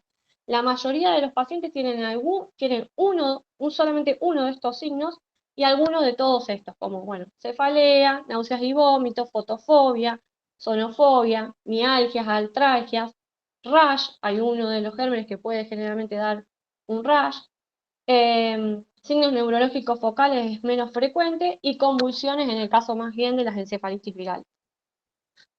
Y en algunos casos puede haber aumento de la presión intracraneana. Este es el típico rash que se ve generalmente en los pacientes que tienen meningitis por meningococo. La especificidad varía bastante, entre el 83 y el 92%, y también puede verse en algunos pacientes que tengan meningitis por neumococo, pero no es tan frecuente como en la meningitis por meningococo. Generalmente cuando lo vemos y el paciente tiene los signos, la clínica de signos meningios que hablamos antes, la sospecha principalmente es el meningococo. Y ya veremos por qué no sirve sospecharlo más que en otros pacientes. Signos que sí o sí tienen que saber realizar en el examen físico: ver si tiene rigidez de nuca, eso paciente acostado en decúbito. Intentamos hacer la elevación de la cabeza, que lleve la pera al pecho, y eso le va a costar, va a ser como en un bloque. Se van a dar cuenta cuando lo puedan ver de que no pueden flexionar el cuello. Los otros dos signos más importantes, que seguro lo saben de estudiar en la facu, es el signo de Kerning, que es que cuando elevamos la pierna extendida, enseguida el paciente tiende a flexionar la rodilla de manera refleja. Es la incapacidad para enderezar la pierna. Y el signo de Brudzinski, elevamos la cabeza en este caso, y el paciente flexiona las rodillas de forma refleja. Esto es por la irritación meningia que hace que no pueda realizar la flexión. El diagnóstico, ¿cómo se hace? Principalmente la sospecha clínica. Luego, obvio que va a ser un laboratorio, radiografía, neuroimágenes en los casos que son necesarios, la punción lumbar y los cultivos necesarios. ¿Cuándo solicitar TAC de cráneo? Creo que esta es la pregunta que más nos hacemos cuando llega un paciente a la guardia, y más que nada porque no siempre tenemos tomografías disponibles en todos los lugares en donde trabajamos. Y el concepto en este caso es que a no ser que sea necesario, sí o sí, en algunos casos, que son sí o sí necesarios realizar la tomografía previamente, la indicación es realizar la punción lumbar y, ante la imposibilidad de realizar la punción lumbar, iniciar tratamiento antibiótico y luego proceder con los pasos de realizar la punción lumbar a la tomografía de cráneo, ¿sí? Pero que no demore la realización de una tomografía de cráneo el inicio del tratamiento. Eso es un concepto clave. Por lo general, en la mayoría de los casos no requerimos tomografía de cráneo previo a realizar una punción lumbar. En muchos pacientes en lo que se va a retrasar el inicio de la punción, la realización de la tomografía, el inicio de la punción lumbar, lo importante es iniciar el tratamiento antibiótico y saber que el rédito, como en este caso que yo les presenté, de tener una tomografía que dé alteración patológica es muy bajo. En el 97% de los casos la tomografía de cráneo es normal. Es controversial cuándo sí o sí hay que realizar. Fíjense que acá les traigo un ejemplo de 3 guías: la ITSA, que es la guía de infectología, la guía europea y una guía suiza, en la que ni siquiera se pueden poner de acuerdo en cuándo sí o sí hay que realizar tomografía previa a la punción lumbar. ¿En quiénes la vamos a pedir?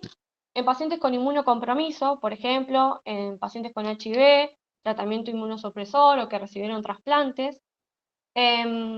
Pacientes con historia de enfermedad en el sistema nervioso central, en MOEs cerebrales, como había comentado alguno de ustedes, en los que tenga ya previamente alguna infección previa o en los que tenga alguna ACV, aunque la ACV no es una contraindicación de realizar una punción lumbar, en los que tengan convulsiones de comienzo reciente. ¿Esto por qué? Por la sospecha de alguna masa a nivel del sistema nervioso central y la posibilidad de la herniación. ¿Por qué no realizaríamos la punción lumbar?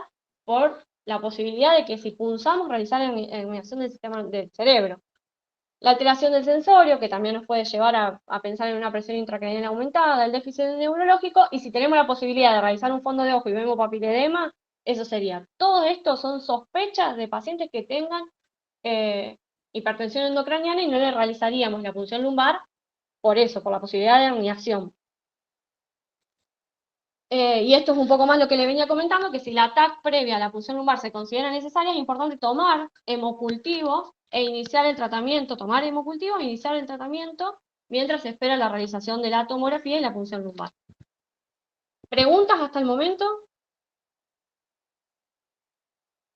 Bueno, continúo. Punción lumbar. Hay dos posiciones para realizar la punción lumbar, una es en posición acostada y otra sentado. Generalmente la punción se realiza entre L4, L5, L3, L4, se trata de no ir más arriba de L2, L3, por la posibilidad de el compromiso de la médula espinal.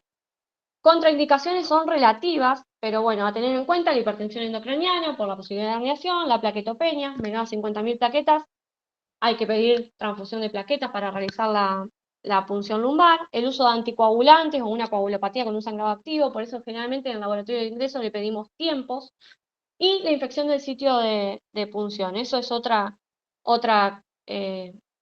impedimentos, otra contraindicación relativa. Lo que se hace es extraer líquido para realizar un examen citofísico-químico del líquido cefalorraquídeo. El líquido normal tiene una presión de entre 8 y 20 centímetros de agua, generalmente es aspecto claro, cristal de roca, como se le dice. Células tienen que ser menos de 5, las proteínas tienen que ser entre 15 y 45 miligramos por ciento, o en los laboratorios entre 0,15 y 0,45, y la glucosa tiene que ser mayor a 50% de la glicemia en ese momento, por eso también incluir glicemia en el laboratorio de ingreso. El examen, se hace un examen directo y un cultivo de líquido cefalorraquídeo, eso no siempre está disponible, pero la idea es pedir al bioquímico o al microbiólogo en ese momento que nos mire el directo, porque eso ya nos puede inferir ante qué germen estamos, y según es que se ve en el directo, es el germen al que vamos a poder sospechar. Por ejemplo, si vemos cocos gram positivo, vamos a pensar en streptoneumoniae. Si vemos diplococos gram positivo, en meningococo, bacilos gram positivo, listeria monocitogenes. Solo en algunos casos, ¿y cuáles serían estos casos? Por ejemplo, pacientes inmunocomprometidos, pedir. No, los antígenos bacterianos generalmente los pedimos en todo, pero en algunos de los pacientes inmunocomprometidos pedimos tinta china y antígeno para cripto por la posibilidad de la criptococosis meningia. El lactato en el líquido cefalorraquídeo nos va a ayudar, es como un plus para diferenciar en meningitis bacterianas o de otras causas.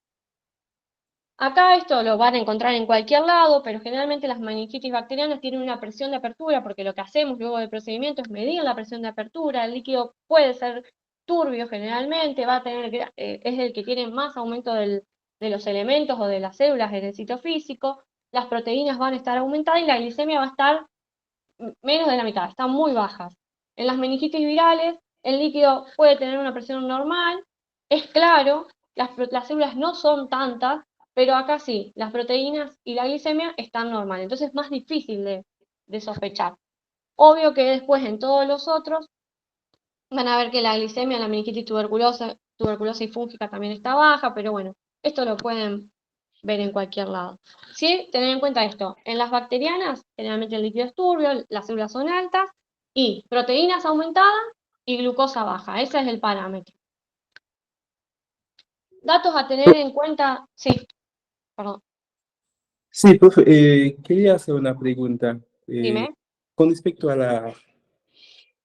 la contraindicación de la punción lumbar, Sí. ¿un foco neurológico me contraindica hacer la punción lumbar? Depende qué foco neurológico. Vamos a suponer, si el foco neurológico es alteración a nivel de algún par craneal, sí, lo contraindicaría. Deberíamos, o sea, no son contraindicaciones absolutas, pero sí deberíamos esperar la punción, la tomografía de cráneo. Sí, porque tengo entendido, la contraindicación es contraindicación, o sea, me impide hacer la punción lumbar. Por ejemplo, en el caso de una infección en el sitio de la punción, me contraindica. Pero Eso eso, sí, por la posibilidad, porque va a salir un sí, líquido contaminado probablemente. Sí. exactamente. Entonces, eso no tiene nada que ver con respecto al ataque. Ahora, si tengo un foco neurológico, o un signo de hipertensión endocraniana, Ahí entonces eso no sé si son contraindicaciones, sino no es que como debería ante estos casos pedir un ATAC. O claro, sea, es lo que venimos diciendo. Ante esos casos es que es necesario. Son contraindicaciones relativas para realizar la punción en ese momento. Ahí se pide la tomografía de cráneo. Cualquier signo de hipertensión endocraniana, tomografía de cráneo y luego la punción lumbar. perfecto, o sea, no es una contraindicación en este caso, sino pedir el ATAC primero. Exactamente, sí. Perfecto, Perdón si no se entendido. entendió el concepto, pero sería así. No es para... Lo que pasa que a lo que vamos es que íbamos en lo anterior de que solamente pediríamos la TAC en los pacientes que tenemos sospecha de hipertensión endocraniana. ¿Se Sí. entiende? Ajá, entendido. En los otros podríamos realizar la punción sin tomografía. Listo, entendido. Genial. Profe, Perdón si no disculpe, muy clara. ¿el lactato aumenta si es bacteriano o Sí, disminuye? el lactato está aumentado si es bacteriano. Gracias. No. Profe, la tomografía te termina por confirmar ese aumento de la presión endocraniana y ahí ya En la hacemos el tomografía diagnóstico y lo contraindicamos, la punción lumbar. depende, no siempre va a estar. A ver, la tomografía lo que nos va a mostrar es lo que tenemos que descartar es si hay herniación o no, o si hay una masa ocupante de espacio que nos puede hacer sospechar de que si nosotros hacemos una punción nos lleve a una herniación, ¿sí? ¿Se entiende? Que es la desviación de la línea media y el colapso ventricular. ¿Se entiende más o menos de qué estamos hablando? Sí, sí. Bien, entonces, depende qué es lo que encontramos en la tomografía, es si es contraindicación o no. Eso es lo que pasa. El tema es que ante la sospecha de hipertensión endocraniana, no hay que realizar la punción lumbar por la posibilidad de herniación. A lo mejor en la tomografía de cráneo vemos una masa, pero que no va a ser, esto ya es más rebuscado y es a lo mejor en el día a día, pero vemos la imagen y tiene una masa, una lesión ocupante de espacio que no es tan grande, y eso no nos contraindicaría realizar la punción, ¿sí? ¿Sí? Perfecto. No de entrada. Profe, profe, para ver si, si entendemos, ¿no? O sea, ante cualquier síntoma o signo que se relaciona con hipertensión endocraniana, Pedir lo tomografía. cual relacionado con una masa, digamos, ocupante de espacio, nos contraindicaría, digamos, la punción lumbar, en este caso. Tendríamos que pedir una tomografía previo a realizar la punción lumbar. Sería así. Y evaluar, según lo que se encuentra, si realizar la punción lumbar o no. Perfecto. ¿Sí? Bueno, acá estaba un poquito lo del lactato, que era el lactato aumentado tiene una sensibilidad del 93 y es bastante específico para meningitis bacteriana. ¿Qué pasa si el paciente presentó convulsiones al momento del ingreso o previo a que nosotros realicemos la punción lumbar? Esto puede generar una pleocitosis, un aumento en los elementos en el líquido cefalorraquídeo, pero generalmente no suelen sobrepasar entre 80 y 100 células por milímetro cúbico. ¿Sí? A tener en cuenta porque eso a veces pasa, que los pacientes hacen convulsiones previo a que nosotros le realicemos la punción lumbar y nos va a dar alterado el líquido. Entonces puede pasar. Generalmente las características bacterianas del líquido se mantienen 72 a 96 horas luego del tratamiento antibiótico, así que si tuvimos que iniciar el tratamiento antibiótico y después realizar la punción lumbar, las características las podemos llegar a hallar igual en el sitio físico-químico. Cuando negativizan los cultivos, vamos a suponer que tuvimos que hacer la punción lumbar y luego tuvimos que iniciar el tratamiento antibiótico y luego realizar la punción lumbar, hasta 24 a 48 horas de iniciado el tratamiento antibiótico, el cultivo puede llegar a dar positivo, ¿sí? Así que no dejemos de hacerlo si iniciamos el tratamiento antibiótico empírico. Generalmente la tinción de Gram, si es positiva, en el 60 a 90% de los casos, sin tratamiento antibiótico previo, y saber que las meningitis virales, si las detectamos muy precozmente, apenas arrancan con los síntomas, pueden tener predominio de polimorfos en vez de monomorfos, y luego virar dentro de las 24 horas de de iniciados los síntomas a predominio linfocitario. Estos son detalles que nos vamos a poder ir encontrando en algunos casos cuando vamos haciendo punción y va a decir, parece una meningitis viral, pero tiene predominio polimorfo.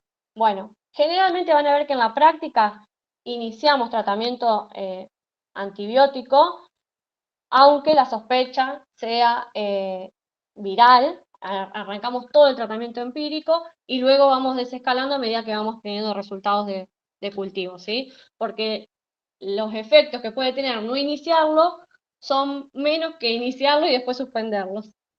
Después se realiza otra punción lumbar, profe. Vamos a ver ahora si hay casos en los que es necesario, no siempre. Los hemocultivos, ¿cuándo tomarlos? Es valioso tomar hemocultivos más que nada en los pacientes que tienen líquidos cefalorraquídeos negativos. Por ejemplo, nuestra paciente tenía positivos los hemocultivos a Streptoneumoniae, entonces ya eso nos hacía sospechar de que en el líquido cefalorraquídeo iba a estar el mismo germen. Y más que nada, en quienes no se pudo realizar la punción lumbar por alguna contraindicación, los hemocultivos nos ayudan. Generalmente son positivos hasta el 75% de los pacientes, depende mucho de la sensibilidad de cada germen. Bueno, disminuye un porcentaje si fueron tomados previamente con antibióticos. Van a ver que otra cosa que pedimos, generalmente sacamos el líquido cefalorraquídeo y juntamos 3 muestras. Una que la vamos a mandar para citofísico-químico. Otra que la vamos a mandar para cultivos. Y dentro de cultivos vamos a pedir también los antígenos bacterianos. Es como la confirmación más rápida que el cultivo tiene una sensibilidad variable. Y dentro de esto, los antígenos bacterianos que pedimos son los 3 que más sospechamos. Se pide neumococo, meningo y hemófilos influenza. Ahí van 2 frasquitos que guardamos. El tercero lo guardamos porque en caso de sospechar meningitis virales o alguna causa menos frecuente o más rara que esta, se puede mandar a hacer un estudio de PCRs, que pueden ser PCRs virales o un estudio que se hace ahora, que se llama FilmArray, que es el nombre comercial del análisis. Es más caro, no está disponible en todos lados, pero en algunos de los hospitales tenemos la posibilidad de derivación a hacer este estudio cuando los casos son un poco más complejos o no podemos llegar al diagnóstico. Entonces siempre reservamos una tercera muestra. Ese estudio realiza PCRs que tienen alta especificidad. Es un diagnóstico mucho más seguro que el del cultivo y de la tinción. En sí seguro no, es como si el cultivo y la tinción nos dio negativo, la PCR es más fidedigna en este caso. Se puede realizar también en sangre o en líquido cefalorraquídeo. Nosotros en este caso lo realizamos en líquido cefalorraquídeo. No se hace de rutina, se hace cuando todo lo otro dio negativo. Y bueno, sirve mucho en los pacientes que recibieron antibióticos previos porque no se va a modificar la PCR por haber dado antibióticos previos. Tiene una sensibilidad del 89%.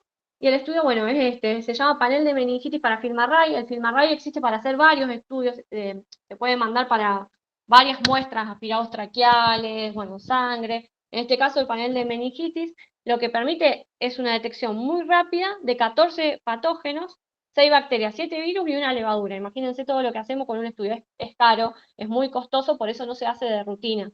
En 1 hora, por biología molecular, nos dan los resultados de 14 gérmenes.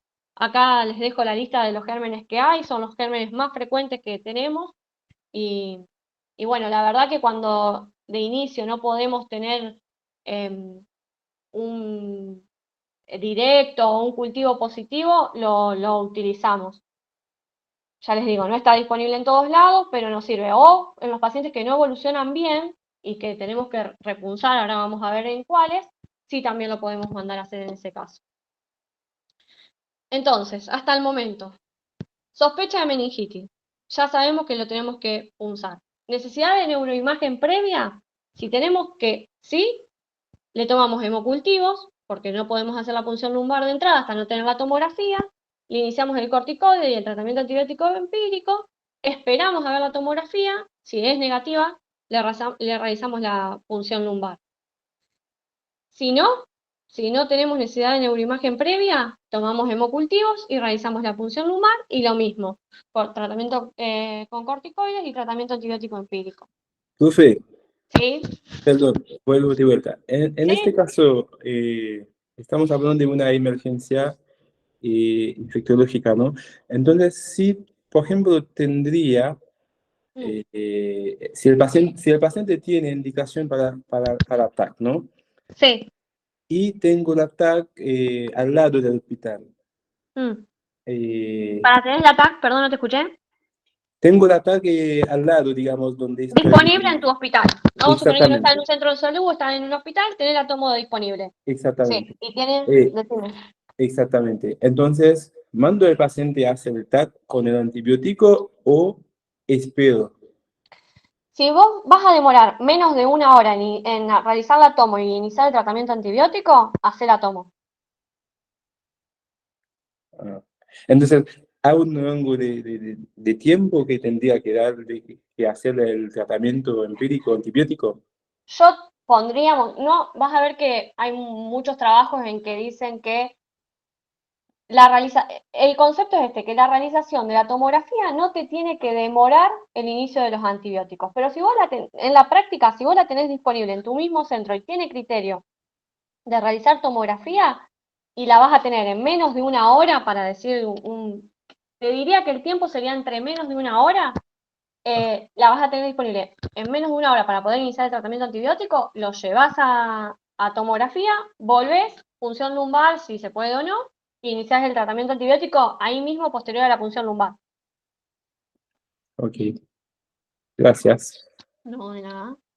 Ustedes pregúntenme, la idea es que se saquen dudas, yo en lo que pueda los voy a ayudar. Trato de ser lo más Profe, clara posible. una pequeña Sí. cosita. Cuando mencionás los antígenos no mencionaste la listeria. ¿Recordás si también lo hacemos o por alguna No, razón no? listeria no tiene antígenos. Listeria por cultivo es bastante dificultosa de cultivar. Generalmente es más frecuente la listeria en pacientes mayores de 65 años, etilistas, diabéticos, inmunocomprometidos. No tanto inmunocomprometidos o sea, los voy a completar. Vamos a quedar etilistas, diabéticos y mayores de 65 años. En esos casos es más frecuente la listeria. ¿Ha habido casos de listeria en más jóvenes? Sí. Y es bastante difícil de cultivar. ¿La pueden ver en el directo? Sí, y eso nos puede ayudar a sospechar la listeria. Van a ver que ahora cuando hablemos de tratamiento, en cierto rango de edad, la cubrimos empíricamente a la listeria, por la mayor frecuencia que tiene. Y una segunda cosita. ¿Cómo haces para, sin tener la tomografía, pensar en una hipertensión ucraniana? Como para evitar la punción lumbar. Bueno, lo que hablamos antes, los signos de hipertensión endocraniana van a ser, vamos de lo más fácil, alteración de las pupilas, si podemos hacer obvio fondo de ojo, papiledema, foco neurológico, que tenga algún foco neurológico, me refiero a alteración de algún par craneal o inmovilización de algún miembro, alteración del sensorio, o sea, alguno de los estados de alteración de la conciencia, básicamente esos. Muchas gracias. No, de nada. Bueno, hasta el momento, por ejemplo, ya venimos hablando bastante, pero ¿les parece bien que a esta paciente que yo ingresé le hayamos hecho una tomografía? ¿Tenía algo para hacer una tomografía? Les recuerdo, bueno, que le hicimos la tomografía nosotros, pero ¿tenía criterio de realizar la tomografía? Lo venimos hablando, pero era para seguir discutiendo un poco ese tema. ¿Qué piensan? ¿Podemos ver de vuelta la clínica? Sí, voy a ir para atrás. Voy a ir así, así no. Esta era la clínica. Ahí voy.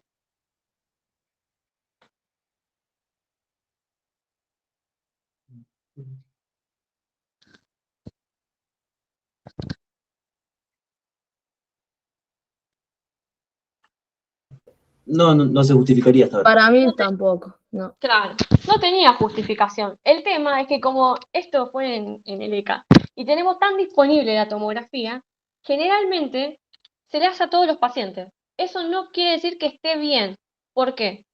Porque si bien en la mayoría de los casos, si trabajamos en un hospital, la vamos a tener disponible, muchas veces no va a estar disponible y el concepto es que no nos tiene que retrasar el tratamiento ni la realización de una punción lumbar, a no ser los casos que hablamos antes. ¿Se entiende? Porque muchas veces nos derivan pacientes de centros de salud o de algunos otros lugares que no tienen tomografía disponible, en los que no se, con la alta sospecha de meningitis y en los que se le demoró el inicio del tratamiento antibiótico por una tomografía, ¿sí? Es algo que tenemos que tener en cuenta. Bueno, el tratamiento varía según la causa y más que nada según la edad del paciente que tenemos enfrente. Las infecciones bacterianas tienen antibióticos específicos, mientras que las virales generalmente lo que se hacen son medidas de apoyo. ¿Cuál es la elección que tenemos que tener de un antibiótico? Tenemos que saber que tienen que ser drogas bactericidas con buena penetrancia en el sistema nervioso central, que se tienen que hacer dosis elevadas y por vía endovenosa. Hasta el momento no podemos dar antibióticos vía oral. Y tiene que tener actividad contra los patógenos más frecuentes. El tratamiento empírico inicial se estudió y como les decía Nico antes, hay miles de estudios para llevar a esto que les voy a dar masticado hoy ya procesado, pero hay esto que, ¿por qué hacemos este antibiótico? Es porque hubo estudios que demostraron que tal antibiótico tenía mejor efectividad que otros y se inicia el tratamiento teniendo en cuenta los gérmenes más frecuentes según la población, la edad y los factores predisponentes. Y acá hay una clasificación que son pacientes mayores de 1 mes y menores de 65 años, los gérmenes más probables van a ser neumo y meningococo, se le inicia una cefalosporina de tercera generación como ceftraxona, después les voy a pasar las dosis, igual eso está en cualquier lado, o cefotaxim.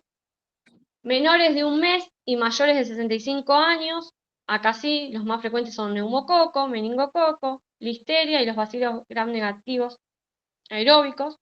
Y el tratamiento acá le agregamos, además de la ceftraxona que estamos acostumbrados a hacer, ampicilina. Pacientes inmunocomprometidos, en este caso ya ampliamos la posibilidad de gérmenes que podemos tener y el tratamiento es igual ceftraxona más ampicilina. Estos son tratamientos empíricos, después siempre se hace tratamiento dirigido una vez que se tiene el rescate, y si no se tiene el rescate, se sigue con el tratamiento empírico, ya veremos cuánto tiempo y a qué dosis cada antibiótico. Pacientes que han tenido fractura de base de cráneo, y acá no me voy a meter tan específico también en los pacientes en los que tienen meningitis postquirúrgica. ¿Cómo? No, No. Y en los que tienen meningitis postquirúrgica, que eso ya es más específico, pero bueno, en los que tienen fractura de base de cráneo, las sospechas son todo lo que está en vía aérea también. Neumococo, hemófilos influenza tiene más posibilidad, y el estrepto beta hemolítico. El tratamiento va a ser ceftraxona más menos vancomicina en estos casos. Vamos a suponer que el paciente es alérgico a las cefalosporinas, la alternativa es vancomicina más menos rifampicina. Acá les dejo las dosis, pero para tener en cuenta el que más usamos es la ceftraxona, que se hacen 2 gramos cada 12 horas endovenosa, es mayor a la dosis que usamos de ceftraxona para otras causas. En meningitis se usa 2 gramos cada 12 horas, y bueno, y quedan todas las otras. La ampicilina son 2 gramos cada 4 horas. ¿Cuánto tiempo? Esto ha disminuido un montón. Se ha tratado de disminuir los días de antibióticos. Sepan que, bueno, para meningococo y hemófilus son 7 días, para neumo son de 10 a 14 días, para listeria es el que se prolonga y son mínimo 21 días. Y en los pacientes en los que no se rescató ningún patógeno, pero que tenía alteración del líquido cefalorraquídeo, el tratamiento es mínimo 2 semanas, 14 días, ¿sí? El tratamiento empírico que le iniciamos por 14 días. Corticoides, tema importantísimo. ¿Por qué? Disminuye la respuesta inflamatoria en el espacio subaracnoideo. Hay que hacerlo previo al inicio del tratamiento antibiótico. ¿Cuánto? 20 minutos antes de iniciar la primera dosis del tratamiento antibiótico. O en el mismo momento que lo iniciamos. Entonces, estamos en la guardia llegó el paciente, sospechamos, le hicimos la punción lumbar según lo que podamos haber hecho o no. Le hablamos a la enfermera y le decimos, antes del antibiótico le inicias el corticoide. ¿Cuánto se inicia? Dexametasona, 10 miligramos cada 6 horas, y se hace endovenoso por 4 días, ¿sí? Importantísimo que se lo comuniquemos a la enfermera, porque si nosotros hacemos la indicación y no le decimos que tiene que ser previo o en el mismo momento, a veces no sacan las indicaciones en ese momento. ¿Qué hace? Dice que hay beneficios en los pacientes con enfermedad severa, que cuáles son, en los que tienen Glasgow menor a entre 8 y 15, entre 8 y 11, perdón, y en la meningitis por neumococo. Reducen la mortalidad en la meningitis causada por neumococo del 36 al 30%. No es mucho, pero ayuda. Y también disminuye las posibles consecuencias, las posibles complicaciones que puede tener, como la pérdida de la audición y las secuelas neurológicas graves, ¿sí? ¿Cuándo repunzar? Esa era la pregunta que me hacían hoy. En los pacientes que no tienen buena evolución clínica a las 48 horas de iniciado el tratamiento empírico, en los pacientes que tienen meningitis a neumococos y que da en el antibiograma, por eso era importante mandar a los cultivos, resistencia a penicilina y a cefalosporina. Estos probablemente se van a encontrar en tratamiento con vancomicina y dexametasona, y eso hace que disminuzca la penetrancia a nivel del líquido cefalorraquídeo. Y en los pacientes con meningitis por bacilos gram negativos. Y también se debe repunzar en los que tienen derivación ventrículo peritoneal o derivación del líquido cefalorraquídeo. Ya es un caso más especial, pero en eso se debe repunzar. Aislamiento. Vieron que antes era aislamos a todas las sospechas de meningitis. No. Se aísla generalmente en las primeras 24 horas a los que sospechamos que puedan tener infección meningocócica, ¿sí? O a los que ya al directo, cuando lo hicieron, dio meningitis, eso se aísla en las primeras 24 horas. ¿Cómo es el contagio? Por flush, por gotitas de flush. ¿Quiénes son los que más tienen, o sea, vamos a suponer que el paciente estuvo, no sé, llegó y el Glasgow es muy bajo y lo tenemos que intubar y esas cosas? Ahí es todo con aislamiento, ¿sí? Barbijo, todo ese uso. ¿Quiénes no requieren aislamiento? Los pacientes que tengan signos de infección neumocócica, por ejemplo, en este caso, que tenía una otitis, o los que tengan neumonía, o en las que ya en el líquido, en la tinción, en el directo, nos haya dado una bacteria diferente a meningococo. Entonces, generalmente el directo lo tienen que hacer en el momento que entramos en el líquido cefalorraquídeo, y si da algo diferente a meningococo, lo podemos desaislar al paciente. Si no, aislamos hasta tener algún resultado. Quimioprofilaxis, o sea, ¿quiénes tienen que tomar el antibiótico que estuvieron en contacto? Ante sospechas o confirmación de meningo y hemófilos influenza, los contactos íntimos, personal de las guarderías, personas expuestas diariamente a las secreciones orales dentro de las primeras 24 horas, no es necesario los contactos del colegio, trabajo, los transportes. Y hemófilos influenza, todos los contactos domésticos, también, generalmente esto pasaba mucho en los chiquitos, lo deben haber visto en pediatría, en los chiquitos cuando van a la guardería, y la maestra o los compañeritos. Más que nada los que no están vacunados. Los que tienen más de 2 años y están vacunados no es necesario. ¿Con qué se hace? Rifampicina, 300 miligramos cada 12 horas, por 2 días. La que hacemos casi siempre es ciprofloxacina, 500 miligramos vía oral, única dosis, o cetraxona intramuscular, que bueno, ya es más fuerte, porque le tenés que hacer intramuscular, cuando tenemos una opción vía oral. ¿Cuál es la prevención? La vacunación. Esto lo deben haber repasado ya varias veces. Tenemos vacunas para neumo, meningo y hemófilos influenza. Hemófilos influenza ya en la cuádruple o en la quíntuple está incorporada. Neumococo y meningococo vienen aparte y no está para toda la población, sino en algunos casos. Menores de 65 años, pero con enfermedades crónicas o inmunodepresión, o mayores de 65 años tienen indicación de neumococo y meningo, los pacientes que tienen inmunocompromiso o quienes estén esplenectomizados. También eso es un dato a tener en cuenta. Pacientes esplenectomizados deben recibir la vacuna. Y bueno, como hemófilos influenza, los que le comenté un poquito antes, que está incluida entre la cuádruple y la quíntuple, y no hay recomendación actualmente para la vacunación para adultos, o sea, la deberíamos tener en el calendario de cuádruple y quíntuple. Para hablar un poquito de qué diferencia meningitis de encefalitis, es que acá ya hay un proceso inflamatorio que afecta el parénquima cerebral, ¿sí? Y acá ya generalmente vamos a tener alteración del estado mental, asociado a los síntomas que hablamos antes, como fiebre, puede, en la mayoría de los casos, dar convulsiones, algún déficit neurológico, alteraciones del electroencefalograma, y también acá podemos ver alteraciones en las neuroimágenes.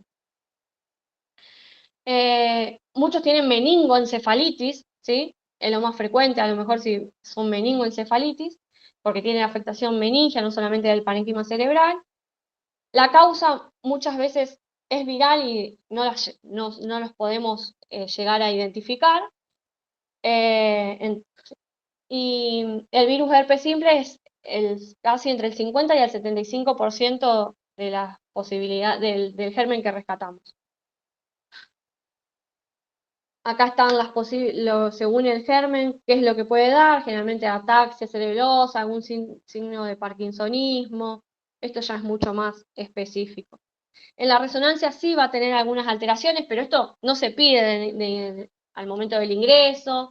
Esto ya es cuando empezamos a querer estudiar un poco más cuál puede ser la causa, y sí vamos a ver algunas alteraciones, como aumento de la señal de captación a nivel según, donde generalmente el virus herpes simple va a ir más cerca del lóbulo temporal o frontal, otro puede ir más cerca de los hemisferios cerebelosos y dar una cerebritis, pero bueno, ya es más complejo esto y más nos metemos más adentro.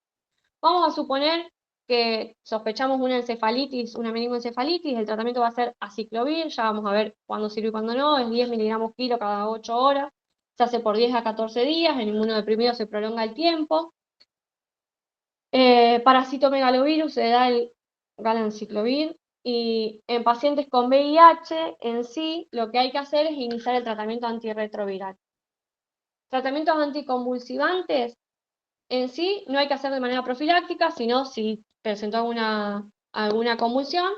Y los corticoides es controvertido el uso en las encefalitis virales y no está recomendado de rutina, solo en las bacterianas. Y lo que sí hay es que hay actualmente vacunas para la mayoría de los virus. Hay vacunas para el polio, rabia, sarampión, parotiditis, rubiola, influenza. Generalmente tenemos vacunas para casi todos los posibles virus. Y esto es un detalle, ya que venimos de atravesar una pandemia, saber que se ha aislado y hemos tenido casos de encefalitis virales por COVID. Si bien no está validado todavía realizar la PCR en líquido cefalorraquídeo, ya se ha demostrado que hubo encefalitis virales por COVID.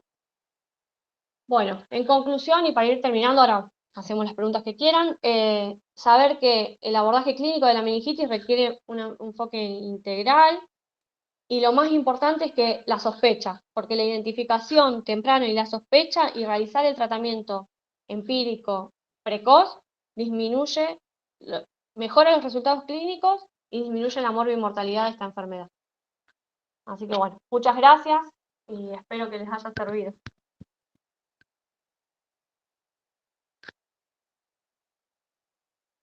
¿Preguntas? ¿Hola? No, al menos de mi parte Me no, quedé profe, sola muchas acá. gracias. Muy buena la clase. No, te escuchamos, te escuchamos. Gracias. Gracias. Bueno, ¿dudas? ¿Algo?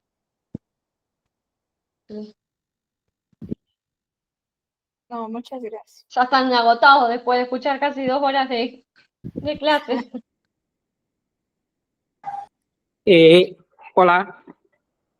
La profilaxia para, no caso, as pessoas que têm contato com um paciente com meningite, poderia ser um macrólito também ou não?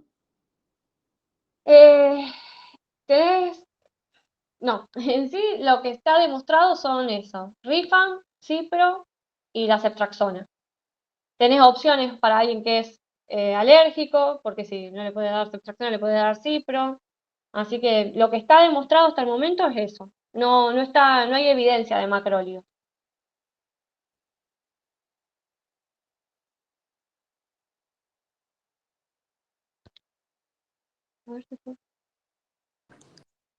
Profe, Sí. última comentario, ¿no?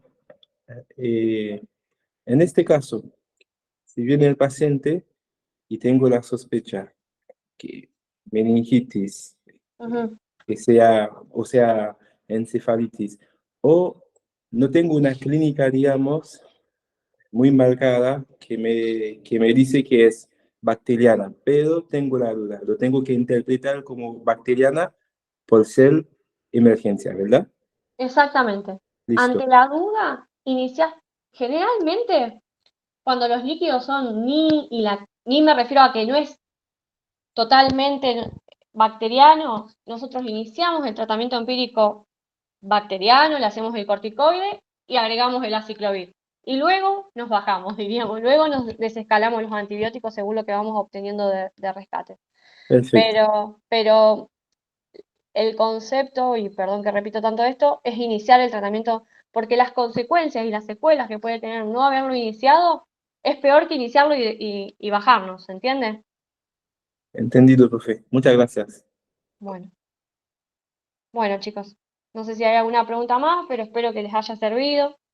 Después de Nicolás, cualquier es un genio él dando clases, así que, bueno, espero que les haya servido y que repasen y que, ¿de qué año son, más que nada?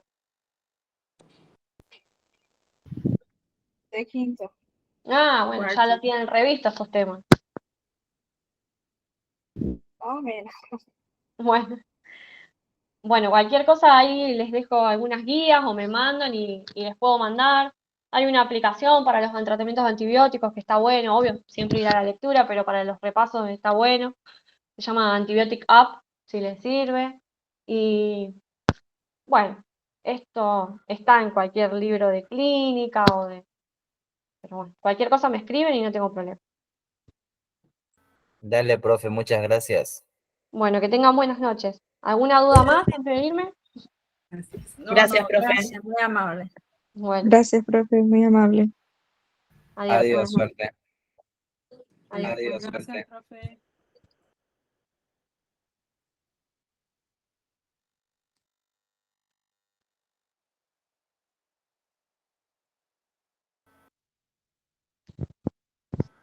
Por casualidad, profe, disculpe, por casualidad, no sé si nos podría mandar el link por el chat, por el